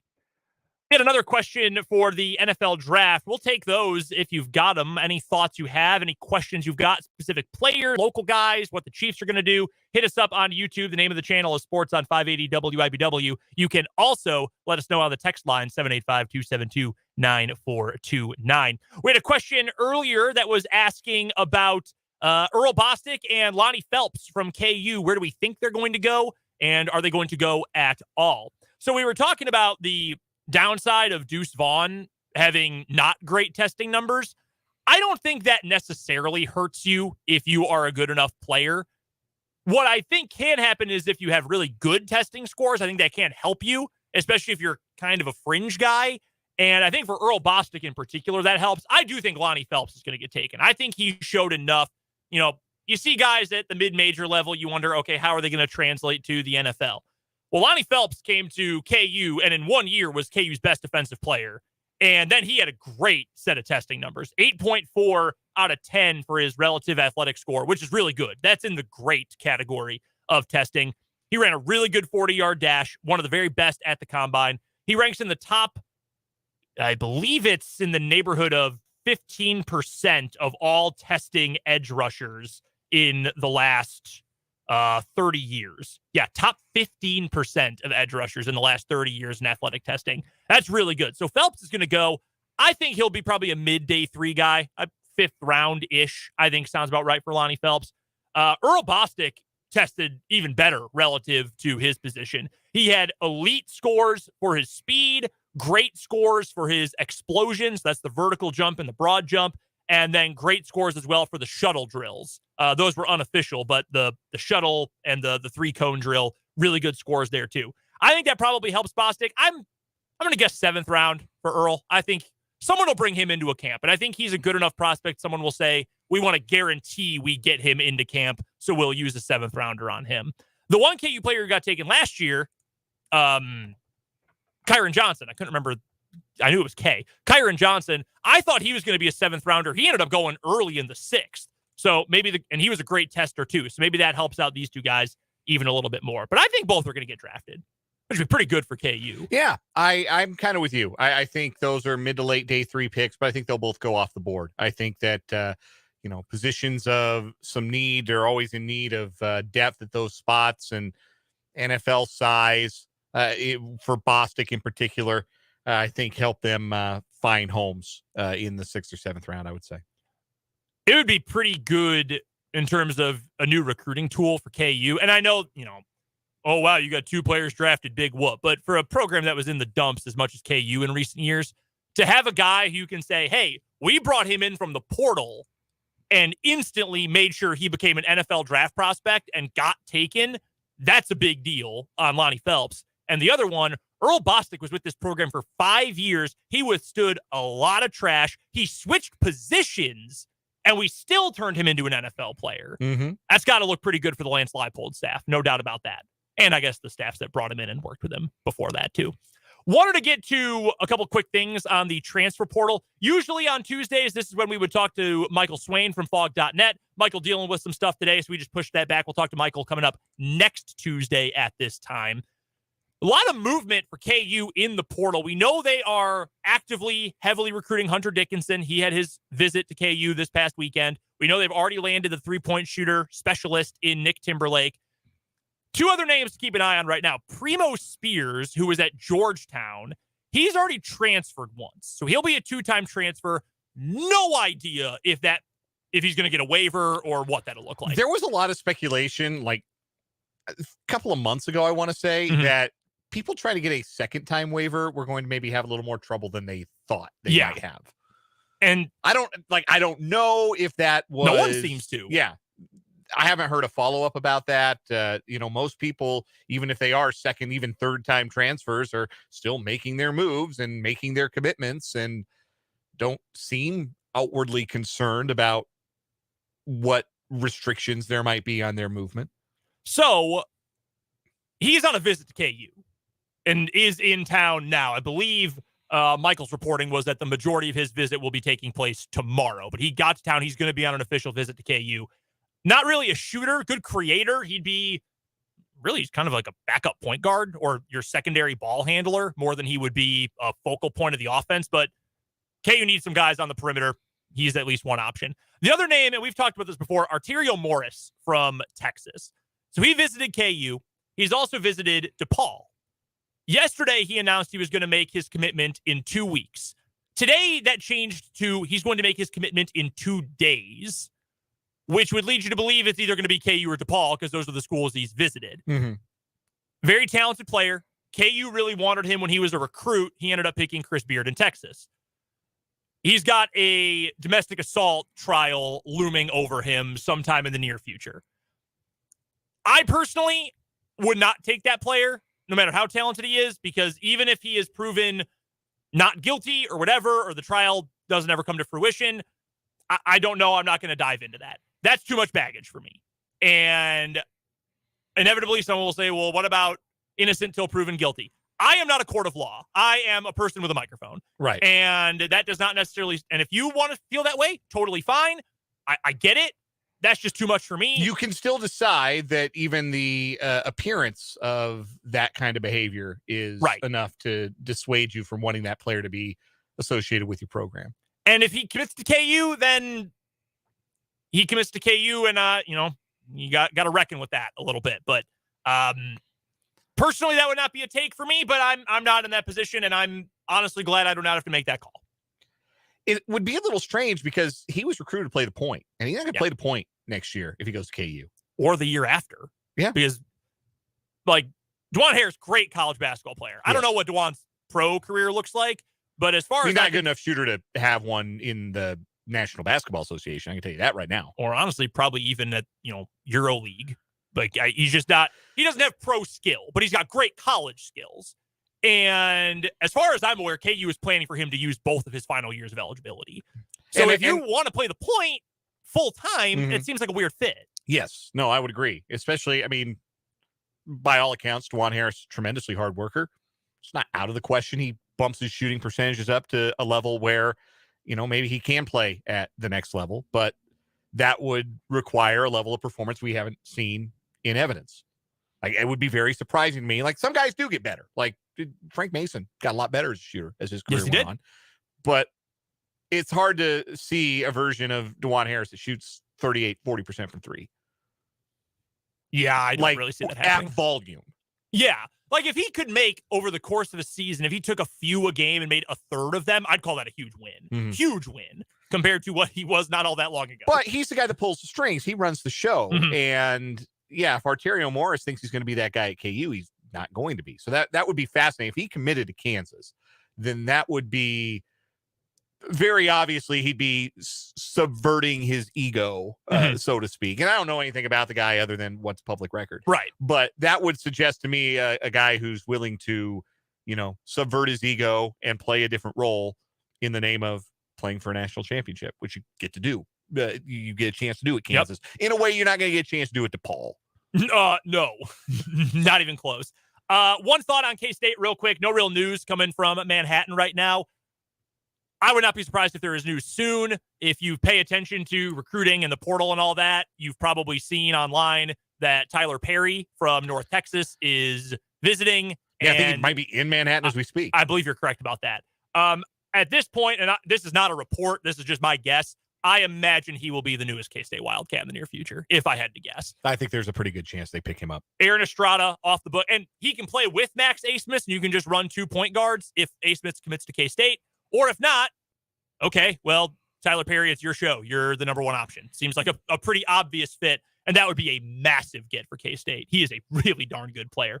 We've got to get to the national and local news. We'll lead off the 5 o'clock hour with our 580 Sports Talk headlines coming up on 580 WIBW.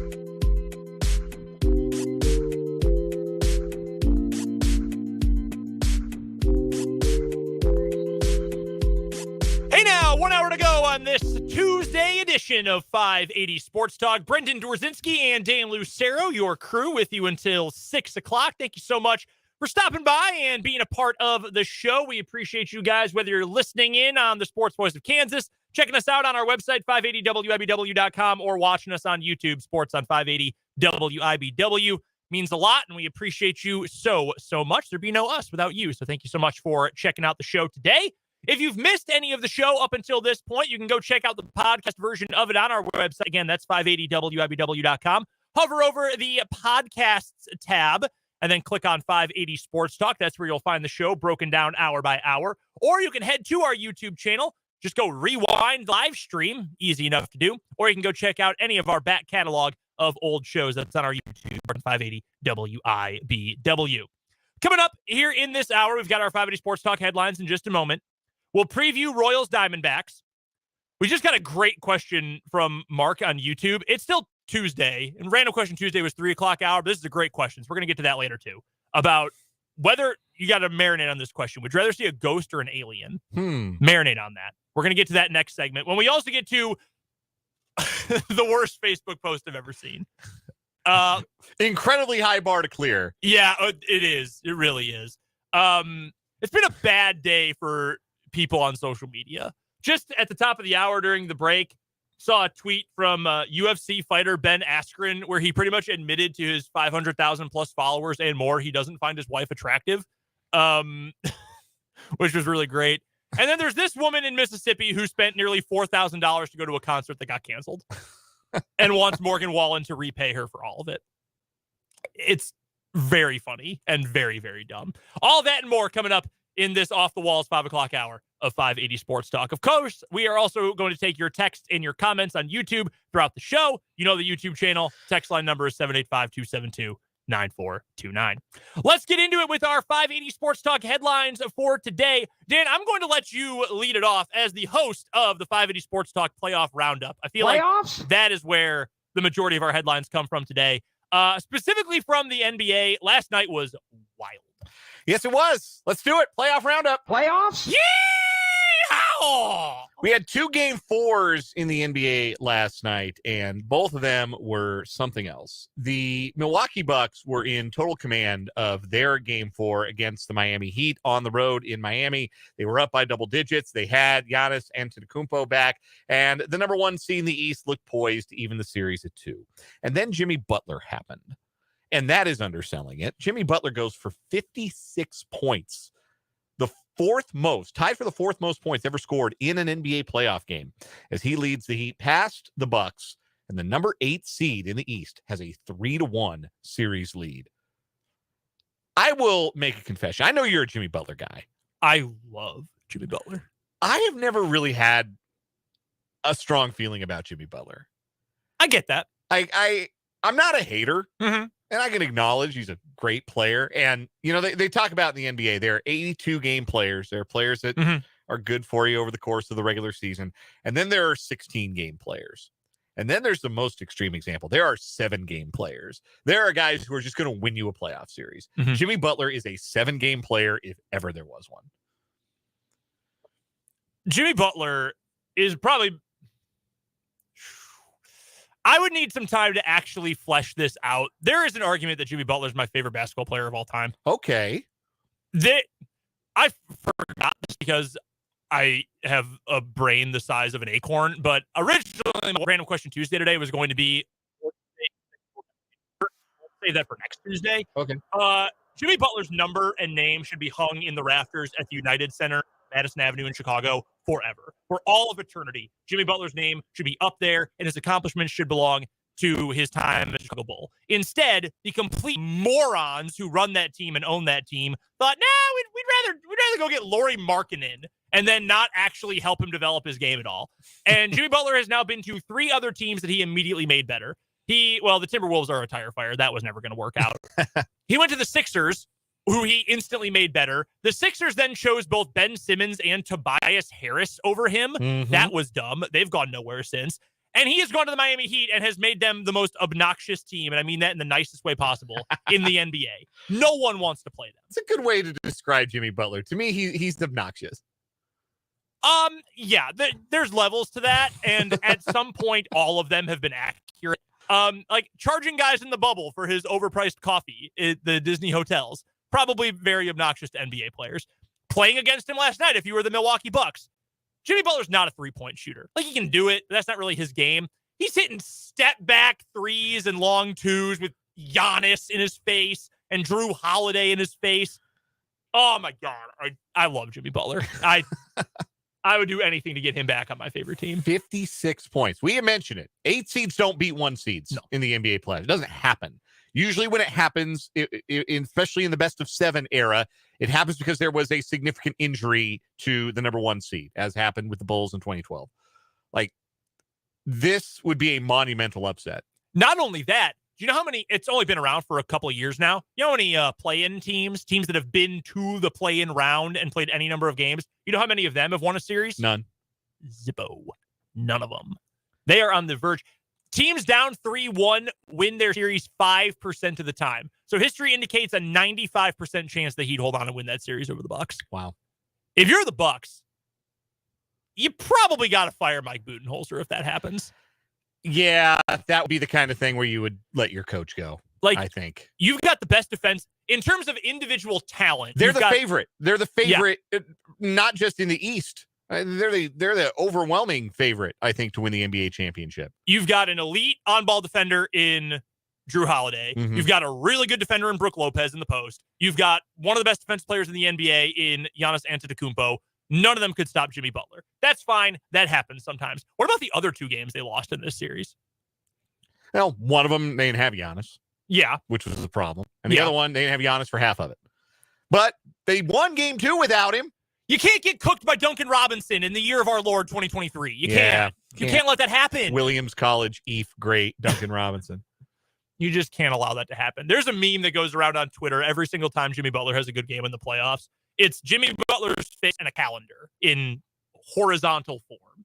And for the first 4 months of it, it says, does this man even care about basketball? Then at the end of the regular season months, it says, like, this man is him. Jimmy Butler is great. And then for the playoff months, it says he is literally MJ. And that's kind of true. Yeah. Like, we joke about giving guys playoff whatever designation. Like, Jimmy Butler is as worthy of that as anybody. Speaking of all-time greats, LeBron James. LeBron did not put 40 points on Dylan Brooks' head. Dylan Brooks said, I'm not impressed unless you put 40 on me. LeBron said, how about 20 and 20? Does that count? First career 20 and 20 game for LeBron James. 22 points and 20 boards. Lakers beat Memphis in overtime last night. They go up 3-1 in that series. LeBron can't do it for 40 minutes. No. Like he used to. Not just age. He's also hurt. He's also got a bad foot. Mm-hmm. So he's not going to go out and put 40 on anybody in these playoffs. He doesn't have that in him. And it's fair to question as this goes along how much he's really got in the tank. But hey, Dylan Brooks, you say you poked the bear. This is what the bear gave you. Yeah, the bear gave you. Does that count as 40, by the way? 20 and 20? That's what I'm saying. 40? That's what I'm saying. Add it up. I won't give you 40. I'll give you 22 and 20, including the game-tying basket in overtime where he defied physics and banked a shot in over the defensive player of the year to send it to overtime and then sealed the game with an and one in Dylan Brooks' grill. Dylan Brooks, by the way, so eager to talk to the media after game 2, did not talk to the press again last night. That was a fun game. That was a very entertaining game. Yes. The Lakers, like, they're a flawed team. I don't think they're going to win an NBA championship. Like, if they had healthy prime LeBron and healthy Anthony Davis, that might be enough with the supporting cast that they have. Mm-hmm. But they don't have either of those things. Anthony Davis gets hurt for like a portion of every single game. And LeBron's out there on one wheel. He's got maybe 6 or 7 minutes tonight. He can give you peak LeBron anymore. Mm-hmm. He's got to pick his spots. He's great at picking his spots because he's LeBron James, but he's got to pick his spots. But they're going to beat this Memphis team because this Memphis team has 0 adults. And not really any heart either. Like Ja's a great player. And he can will them to a lot of success. And Jaren Jackson Jr. is a great defensive player. But, like, if you told these two teams, like, all right, rely on just, like, I hate to be Hawk Harrelson here, will to win. Mm-hmm. Like, who are you taking?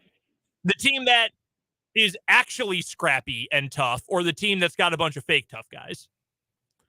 Well, I would take the Lakers there. Hate to say it, but I would take the Lakers there. It's just amazing, that Memphis team. I mean, they blew all their goodwill in an instant from last year in the course of 2 months.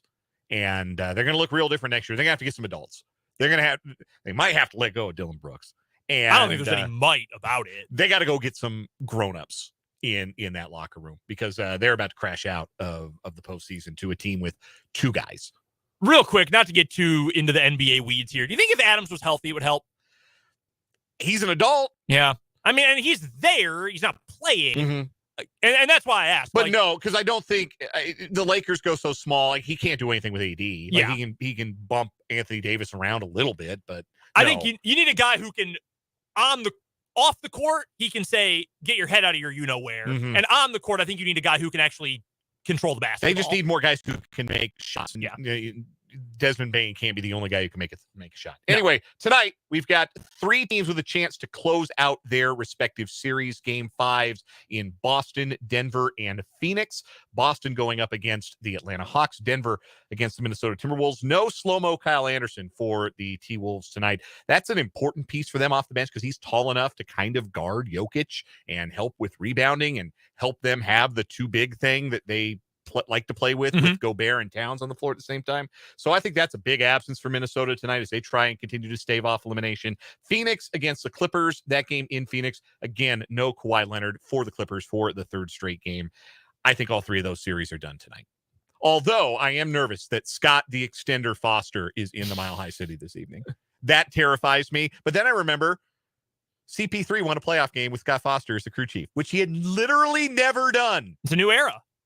Yeah, it's a new era. His powers are waning, is what I say. Anyway, that's the NBA portion of our playoff roundup. In the NHL, road teams now 11-1 over the last 3 days, with only Seattle's overtime winner against Colorado providing any kind of excitement for a home crowd. Last night, the Devils evened their series with the New York Rangers. That series is at 2-2. Frantic comeback by the Toronto Maple Leafs. Am I reading this right? The Maple Leafs, notorious round 1 chokers, rally back from 4-1 down to win in Tampa Bay against the 2-time champion Lightning, and they take a 3-1 series lead in that series. It only makes their inevitable collapse that much funnier, honestly, that they've done this. Agreed. Also, Vegas, a win in Winnipeg last night, so the Vegas Golden Knights go up 3-1. As I mentioned, the home team to break the streak, the Seattle Kraken, defeating the defending Stanley Cup champion Colorado Avalanche 3-2 in overtime last night.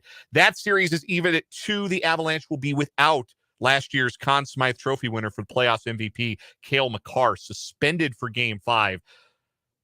Don't get me started. Are you sure? We got time. This is our show. At Dan Lucero Show on Twitter. You can read all about it. It was a shoulder-to-shoulder hit. It was judged to be a minor penalty on the ice. They suspended Makar because Jared McCann got concussed.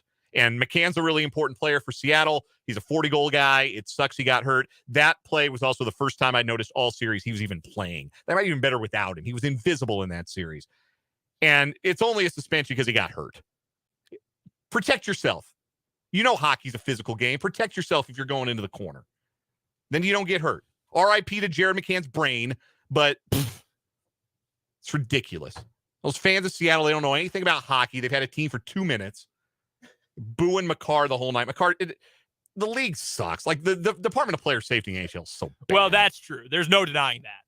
See, I told you not to get me started. Anyway, that series, like I said, that is even at 2 apiece, and a big piece missing for the Avs for Game 5 on Wednesday night. Tonight, the Hurricanes and Bruins can wrap up their series at home against the Islanders and Panthers, respectively.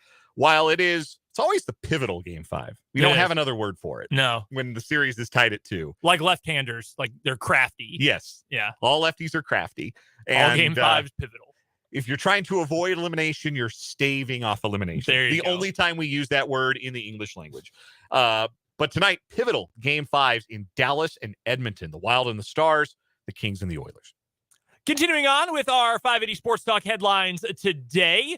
What do, Dan, and I know you know the answer to this, what do the Kansas City Royals, the Oakland, soon-to-be Las Vegas Athletics, and the Chicago White Sox all have in common? I do know the answer to this. You want me to give you the answer to this? I would love that. all of them play in really, really small markets. No, that is not the answer to the question. They are also all American League teams. Yes. They are all west of the Eastern time zone. Mm-hmm. And they are the only 3 teams left in Major League Baseball history that have never given out a contract of at least $100 million. That was a group of 4 until this morning when the Pittsburgh Pirates agreed to an 8-year, $107-ish million contract with outfielder Brian Reynolds. That is the largest deal in franchise history, and it is the exclamation point on what has been the best run of Pirates baseball since, 2013. Well, 2015, they were pretty good. I'm trying to remember. They had that 3-year run where they made the wild card game every year. Yeah, that was at the peak of Andrew McCutchen's career. That was 13 through 15. Yeah. And the best team was 15 when they won 98 games, and that was the Jake Arrieta game. That's right. I brought up Derrick Rose and the Bulls in 2012 earlier, so I wanted to do something nice. Thank you. Yeah, that was Jake Arrieta. Man, he was so good at his peak. Brian Reynolds, really good player. This year he's hitting .294 with an .872 OPS. He's already got 5 home runs. Last year hit 27 home runs. Has been a very solid, steady player. Back in 21, he was an all-star for Pittsburgh, their best player. $100+ million contract over 8 years. Good for him. Always nice to get a payday. And now again, those 3 teams we mentioned, the Royals, the A's, and the White Sox, the only teams to never give out a $100 million contract. One of those teams, really at this stage in the history of Major League Baseball, is pretty much unforgivable for all of them. One of those teams in particular, it is really unforgivable for. The White Sox have no excuse. No, not what? Like, the A's really don't. The Royals really don't. But the White Sox are in Chicago. They're a near charter team. They've been around for over 100 years. Like, there's no reason why they should not have given someone a $100 million contract at some point. Yeah. And I know that's, $100 million. You can't just deal with 90. I get that part of the argument. But that's the going market for star players in Major League Baseball. I suspect the Royals will no longer be on this list at some point. I think at some point this year, they are going to do something with Bobby Witt Jr. This year? I think so. Okay. I think so. Witt before Pasquantino? Yes. Okay. Yeah. I think they're going to do something, get something done with Witt that registers in the 9 figures. Yeah, I wouldn't be surprised. And that's becoming more in vogue, too, is to get these done well before the team control period ends. Mm-hmm. Yeah, the idea is you save money. I mean, Reynolds is a guy who's about to hit free agency. With Bobby Witt Jr., the Royals don't have to do anything right now, but it might be a show of good faith to a fan base who doesn't think their ownership is going to spend any money. Just like this one is for the Pirates, who right now lead the National League Central. They're off to a red-hot start. Reynolds is a big part of the reason why. He's been their best hitter the last 3 years. Really good player. Switch hitter, plays left field, can fake it in center. And 28 years old. And there was a lot of talk this offseason he was going to be in New York. And so good for the Pirates, and especially good for their fans that get to enjoy this player in their uniform for a good chunk of the rest of his career, because there's not an opt-out in this deal. That was the thing that was all the rage a couple of years back. Guys were getting opt-outs, and there's no opt-out in this contract. There's a limited no-trade clause, and there's no opt-out. That is really friendly for the Pirates. Yes, it is. Theoretically, if Brian Reynolds continues to produce, that is a really friendly deal for the Pirates. If he suddenly, and not that I would expect this, falls off a cliff, suddenly it becomes a lot better for Brian Reynolds than it does for Pittsburgh. But yeah, there are now just 3 teams that have not given out a deal of that size. The Royals are one of them. Next headline for you? Continuing our 5A sports headlines, going back to the NBA, because there's a couple of important developments for their games tonight that bear mentioning. One is injury related. De'Aaron Fox, the star guard of the Sacramento Kings, broke the tip of his left pinky finger. They actually don't play tonight. They play tomorrow. But the Warriors and the Kings, that series is even at 2. Fox broke the tip of his left index finger in game 4, said today he is going to try and play. That is his plan to play. How do you break the tip of your finger? Yeah, I don't know. I saw the clip. It sounds worse than breaking the whole thing. I saw the clip of when it happened, and he just sort of walked over toward the sideline. He stayed in the game, and he just kind of grabbed at it, and it looked like, you know when you hurt something, but you can't really tell that it hurt bad, and you just go, what happened there? That's kind of what he was doing with his finger. but it was broken. I don't even know how that works. Yeah. I don't know, and if I never do it, that's totally fine. Yeah, right. One team that does play tonight, and this is pertinent, the Atlanta Hawks will be without starting guard Dejounte Murray, suspended for Game 5 for making contact with an official during his team's Game 4 loss. Yeah, that was way out of pocket by Dejounte Murray. After the game, he just walks up. Was it after the game? Yes, it was at the end of the game. Okay, game. That's what I thought. He walks up and just bumps into the ref and says something and mean mugs at him. Like, dude, what are you doing? That wasn't very smart. No. So no him. I think Boston's going to cruise in that game, by the way. Yeah, I think Boston wins big. I think I think the Suns put the Clippers out of their misery. I will leave it to the rest of you to think the same thing about Denver. I'm entirely too neurotic to predict a blowout and have that come back in my face. That's fair. No, I think that's entirely reasonable. Next headline for me on our 580 Sports Talk headlines. I do feel bad for the Kings, by the way. I know I mentioned that yesterday. I feel bad for the Kings. Yeah, that's a bummer. Next one for me, the window has opened up for NFL teams to start picking up the fifth-year options for members of the 2020 draft class. Can you believe that? We're about to go into year 4 of guys who were drafted in 2020. How is that even possible? I still remember Joe Burrow sitting in his parents' living room when he got drafted on Zoom. But speaking of Joe Burrow, he is now one of 4 players who have already had their options picked up. The Bengals put out a tweet when they did that today with a picture of Joe Shiesty running onto the field looking very regal. They tweeted, "We have exercised quarterback Joe Burrow's 5th-year option for the 2024 season. This is a mechanical step along the way, and we will continue to work with Joe and his representatives to secure his long-term future as a Bengal." Here is my question. Why did you feel the need to tweet this?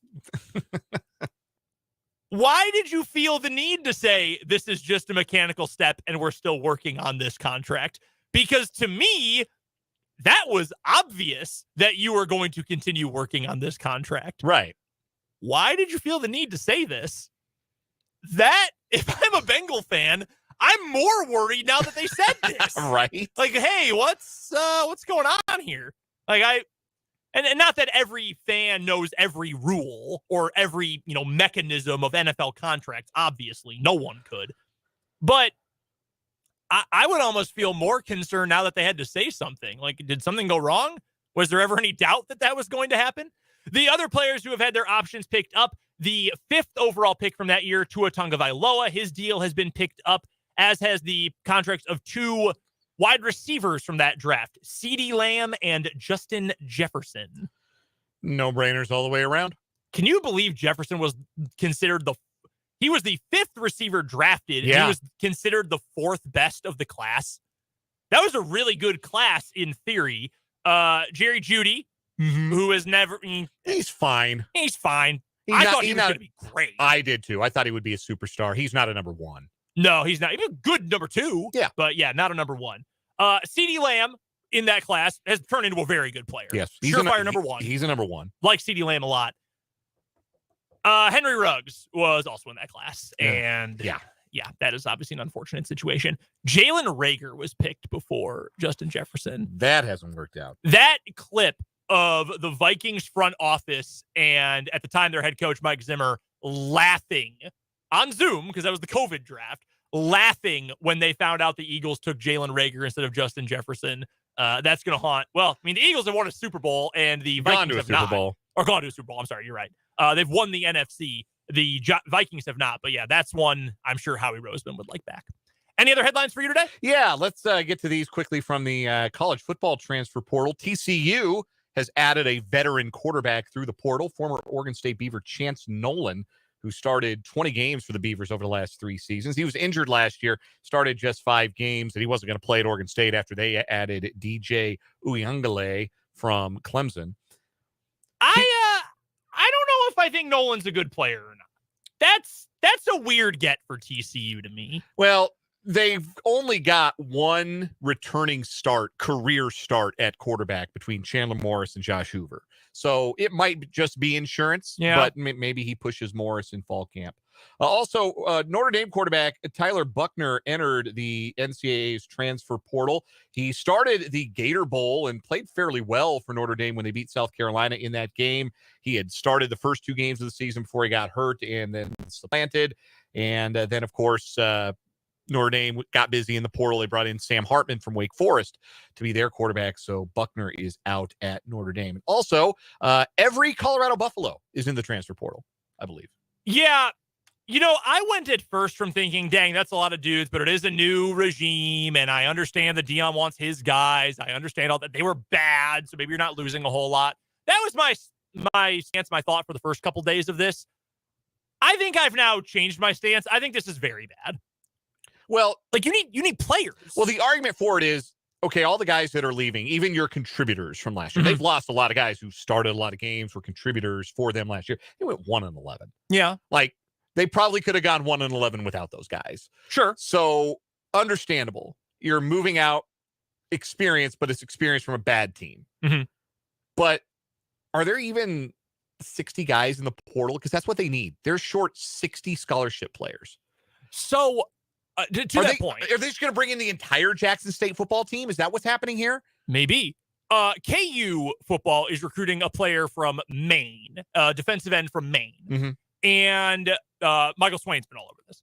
And I saw some people on his boards asking like, hey, is this like is he just like crazy under the radar or what? And I guess Buffalo had recruited him when Lance Leipold's staff was there. They have a relationship with him back to his high school days. Mm-hmm. And Michael's stance was, look, this stage of the transfer portal in college football, there's not a ton of big names. Like an absurd number. It's like 70% of guys in the portal right now have never played. They have no stats from their college careers. They're just, hey, I got passed on the depth chart my freshman year. I got to go find somewhere else to play. So if you get a guy who's got any sort of contribution in the past, okay, cool. But if you're looking at like one of the best playable defensive ends in the portal as a kid from FCS Maine, where's Colorado going to find players that they want and that Deion thinks are fit for his program? Yeah, he said he's bringing his Louis luggage to Boulder, and that's a lot of luggage. It's a lot of luggage he's still got to bring in. And I have no doubt that there are a lot of guys, some of them very talented, that want to play for Coach Prime, want to go to Boulder, and they'll put a roster together. I think Shader Sanders is a pretty good quarterback. Yeah. But it's a lot. And it's really... I think that it would be one thing if you were just losing guys at a certain position. It'd be one thing you're down 20 guys. It'd be another you're down 40. They're down 60 guys. They've got 3 defensive linemen, scholarship defensive linemen right now. All 10 of their receivers from last year have left the program. It's amazing. You also have to, and we're pushing up against a break here, but you have to handle this a certain way. There's shoving guys out. They're saying, hey, look, if you want to stick around, we'll keep you around his depth. But if you want to play, you should probably go elsewhere. Mm-hmm. According to Zachary Courtney, who is a former 3-star tight end recruit who was at Colorado and is now in the transfer portal, he tweeted this today, just 2.5 hours ago, in fact.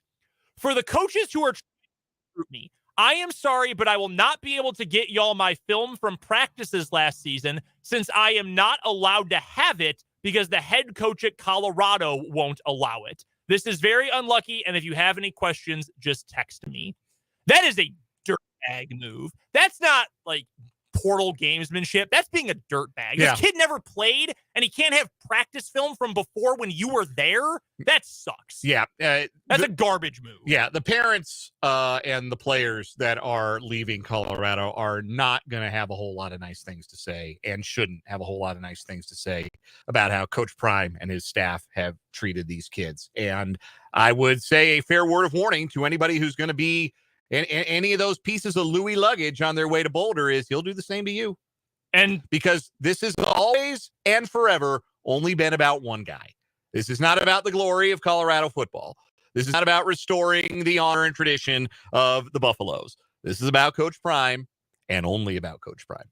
The documentary on Barstool Sports, though, probably going to be fire. It's going to be awesome. Yeah, I'll let you know when I watch that. That'll do it for today's 580 Sports Talk headlines. When we come back, One of the funniest social media posts I've ever seen. I hope you get a laugh out of it too. Back after this on 580 Sports.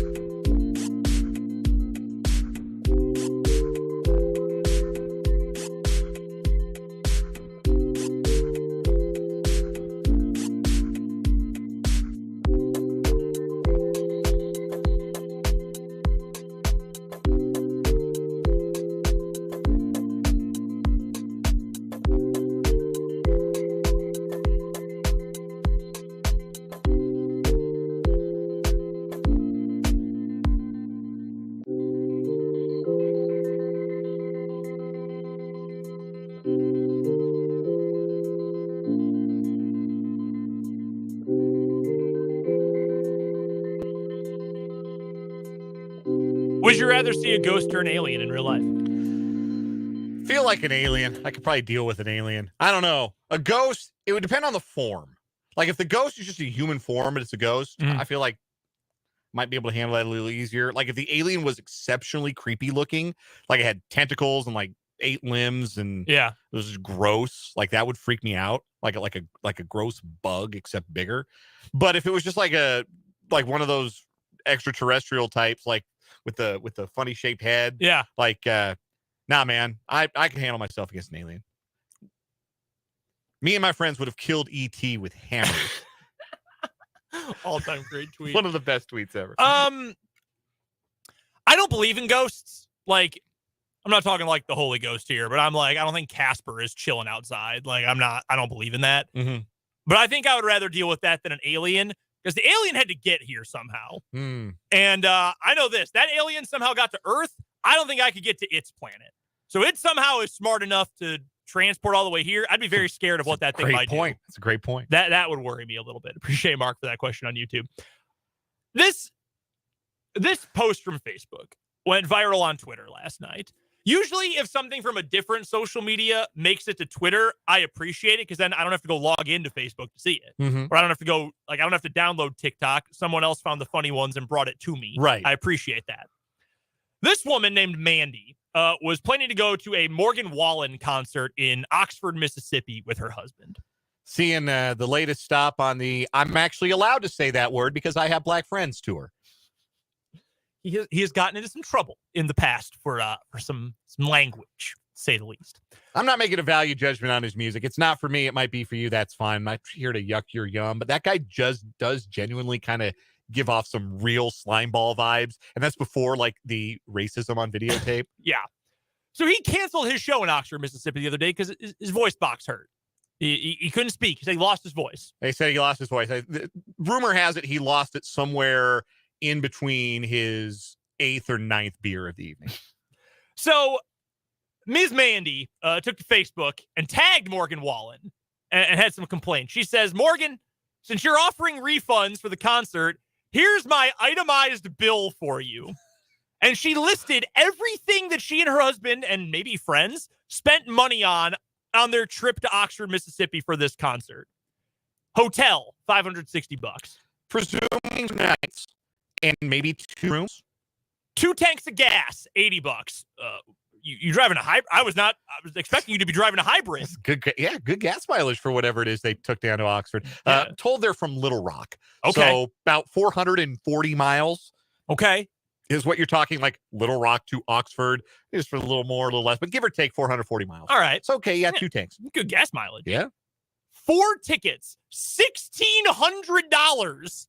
You spent $400 for a ticket. I'm not going to any concert that cost me $400. If I'm paying $400 for a concert, I better die. Or you better bring me on stage and let me play bass.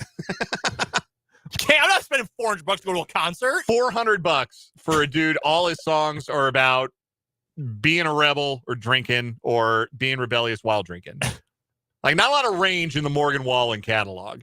She says her outfit cost her $120. I buy that. My husband's outfit, $218. Bro, hold on. What are you doing spending $218 to dress up for a concert, my man? We saw the outfit. The outfit is out there. Yeah, it's fine. Button-up shirt with like a stripe pattern, like kind of a checkerboard type stripe shirt. Sure. Pair of khakis, old pair of boots. Definitely not a new pair of boots, because that was my first thought, was maybe got some kicks. Yeah, it could be $200 for the boots alone. Yeah, no, the boots look pretty worn. And then a Coca-Cola hat, which you tell me a gentleman at the Morgan Wallen concert in Oxford is wearing a red hat with white type on it. That would have been my second guess. Definitely would have been my first. Kind of a cool hat. Yeah. Maybe it's vintage. Maybe it was like $100 at a vintage store. But like I could genuinely recreate that outfit for less than $80 at Kohl's. Yeah, you can go to Target and the Boot Barn and have half that price. He got I got my boots at the Boot Barn. They were not that much. The Jim Harbaugh collection khakis. I mean, where you wear khakis to sit around in. I know it's April. It's not like peak muggy in Oxford, probably. But like, you're gonna sit around for 3-4 hours in khakis.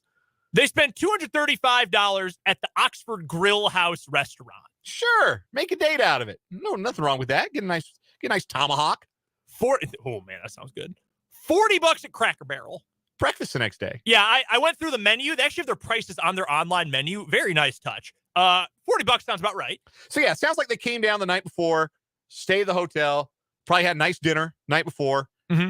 Went to Cracker Barrel for breakfast next morning. Great choice. No complaints. 10 out of 10 for the Cracker Barrel. Los Parrilleros? Parrilleros. Yeah, I can't speak Spanish. Mexican restaurant. $45. Probably had a couple margs. Yeah. Fine. Throw down some cerveza. Enchiladas. Little pregame meal. Rebel Rags, which we have since found out is a store to just buy Ole Miss like team fan gear. Yeah, just Ole Miss stuff. $629. How? Now, how in the world? The reason this woman gives that this is itemized is because we wouldn't have had the opportunity to go had it not been for the concert. Number one, they got a website. Number two, like, are they Ole Miss fans? I believe she has in her social media bio that she is an Ole Miss grad. Okay. I'm sure you've got plenty of stuff. $629. $629. Like, you could set me loose at homefieldapparel.com and I'm not spending $629 on shirts. If you guys want to advertise, call Dan.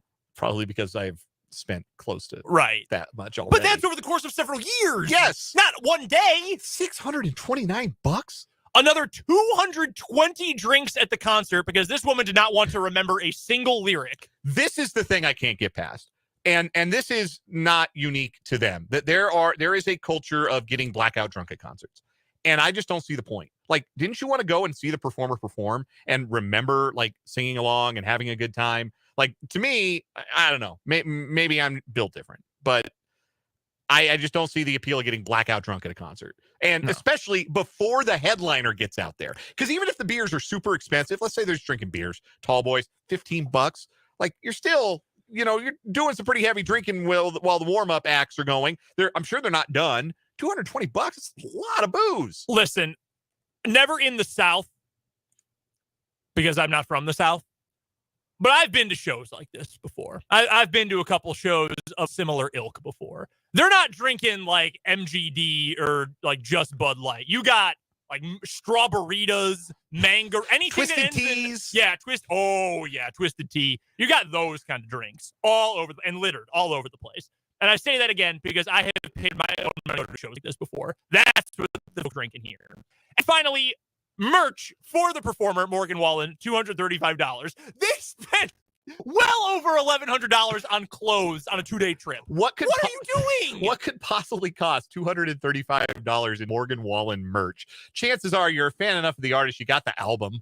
Right. And you probably don't even buy the album. Everything's Spotify anymore. Do you need 6 Morgan Wallen shirts? Concert t-shirts are pricey. Yeah. They are way overpriced. They run you $40, $50. How many you bought 6? What? Yeah. Why do you need 6 shirts? And all that combined is a grand total of $3,982. She then dropped her Cash App tag and said, "I'll expect my refund tomorrow. Thanks, bro. My husband has gone with me to 2 concerts ever in the 17 years we've been together. Somehow I talked him into this one, and this bleep happens." Okay, that seems like a personal problem. Yes. Like, I'm not here to defend Morgan Wallen, but that sounds like a you problem. You know, she typed all that out, itemized her entire trip, when really all she needed was those last 2 words. Yeah. Bleep happens. You know, sometimes the performer you paid to see, who's known as a bit of a wild child with an alcohol problem, maybe gets a little too drunk to perform. You got to bake that in. That's part of the deal. You're a Morgan Wallen fan. I'm a Colorado Rockies fan. I know if I pay money to go see them play, pretty good chance they're going to lose. I got rained out of an hour and a half of a festival one time. I was watching TV on the radio, was the band playing. I love them. Love TV on the radio. They get about a third of the way through their set, and suddenly we see lightning off in the distance. Not too close, but lightning off in the distance, and you know it's about to rain. You can smell it. All of a sudden, they stopped bantering, and they just played about 4 hits in a row and then said, "Hey, we got to go." So we tried to get the hits. Bye, y'all. And they left. And instead of 10, we left at 8:30. I'm not calling, the guys who put on Lollapalooza and said, "Hey, you owe me about $108 worth of music." No, it's just that happens. That's a good idea. I should start itemizing. I should send Dick Monfort an itemized receipt every time I had to watch the Rockies bullpen blow a lead. I mean, Dick Monfort owes me probably in the neighborhood of a couple $1,000s at this point in my life. I had to watch Jose Urania, and now you owe me this money. So in closing, don't be this person. No. Do not spend $4,000 over the course of 2 days to see a concert that might not happen. That's my advice to you. We've got to get to a break. We'll preview Royals D-backs next on 580 Sports Talk.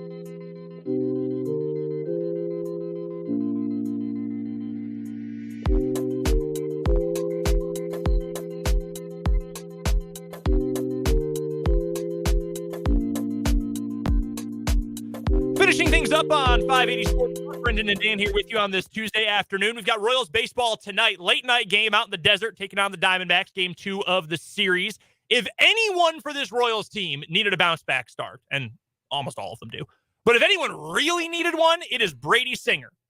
He's taking on Ryan Nelson. He's the starter for the Diamondbacks tonight. Here is why maybe we should have some hope. I know teams differ from year to year, but last year in one start against the Diamondbacks, 7 innings pitched, 4 hits, 1 run, no walks for Brady Singer against the D-backs. Maybe a good sign for tonight. Hopefully. Here's hoping. The thing with Singer, it hasn't been his ability to throw strikes. He's throwing plenty of strikes. Problem is, they haven't good strikes. You can't throw good strikes. And I think that Singer's been filling up the strike zone a little bit too much, and that has been to his detriment. He's got to get back on the corners. He's got to find that movement on his fastball. The sinker's not moving. I certainly noticed in his last start, that sinker didn't have the same kind of bite that it has when he's been really good. So hopefully he's got that ironed out. He's got a feel for that sinker, and he can get some ground balls and keep throwing strikes, but throw better strikes and keep that lineup off balance tonight.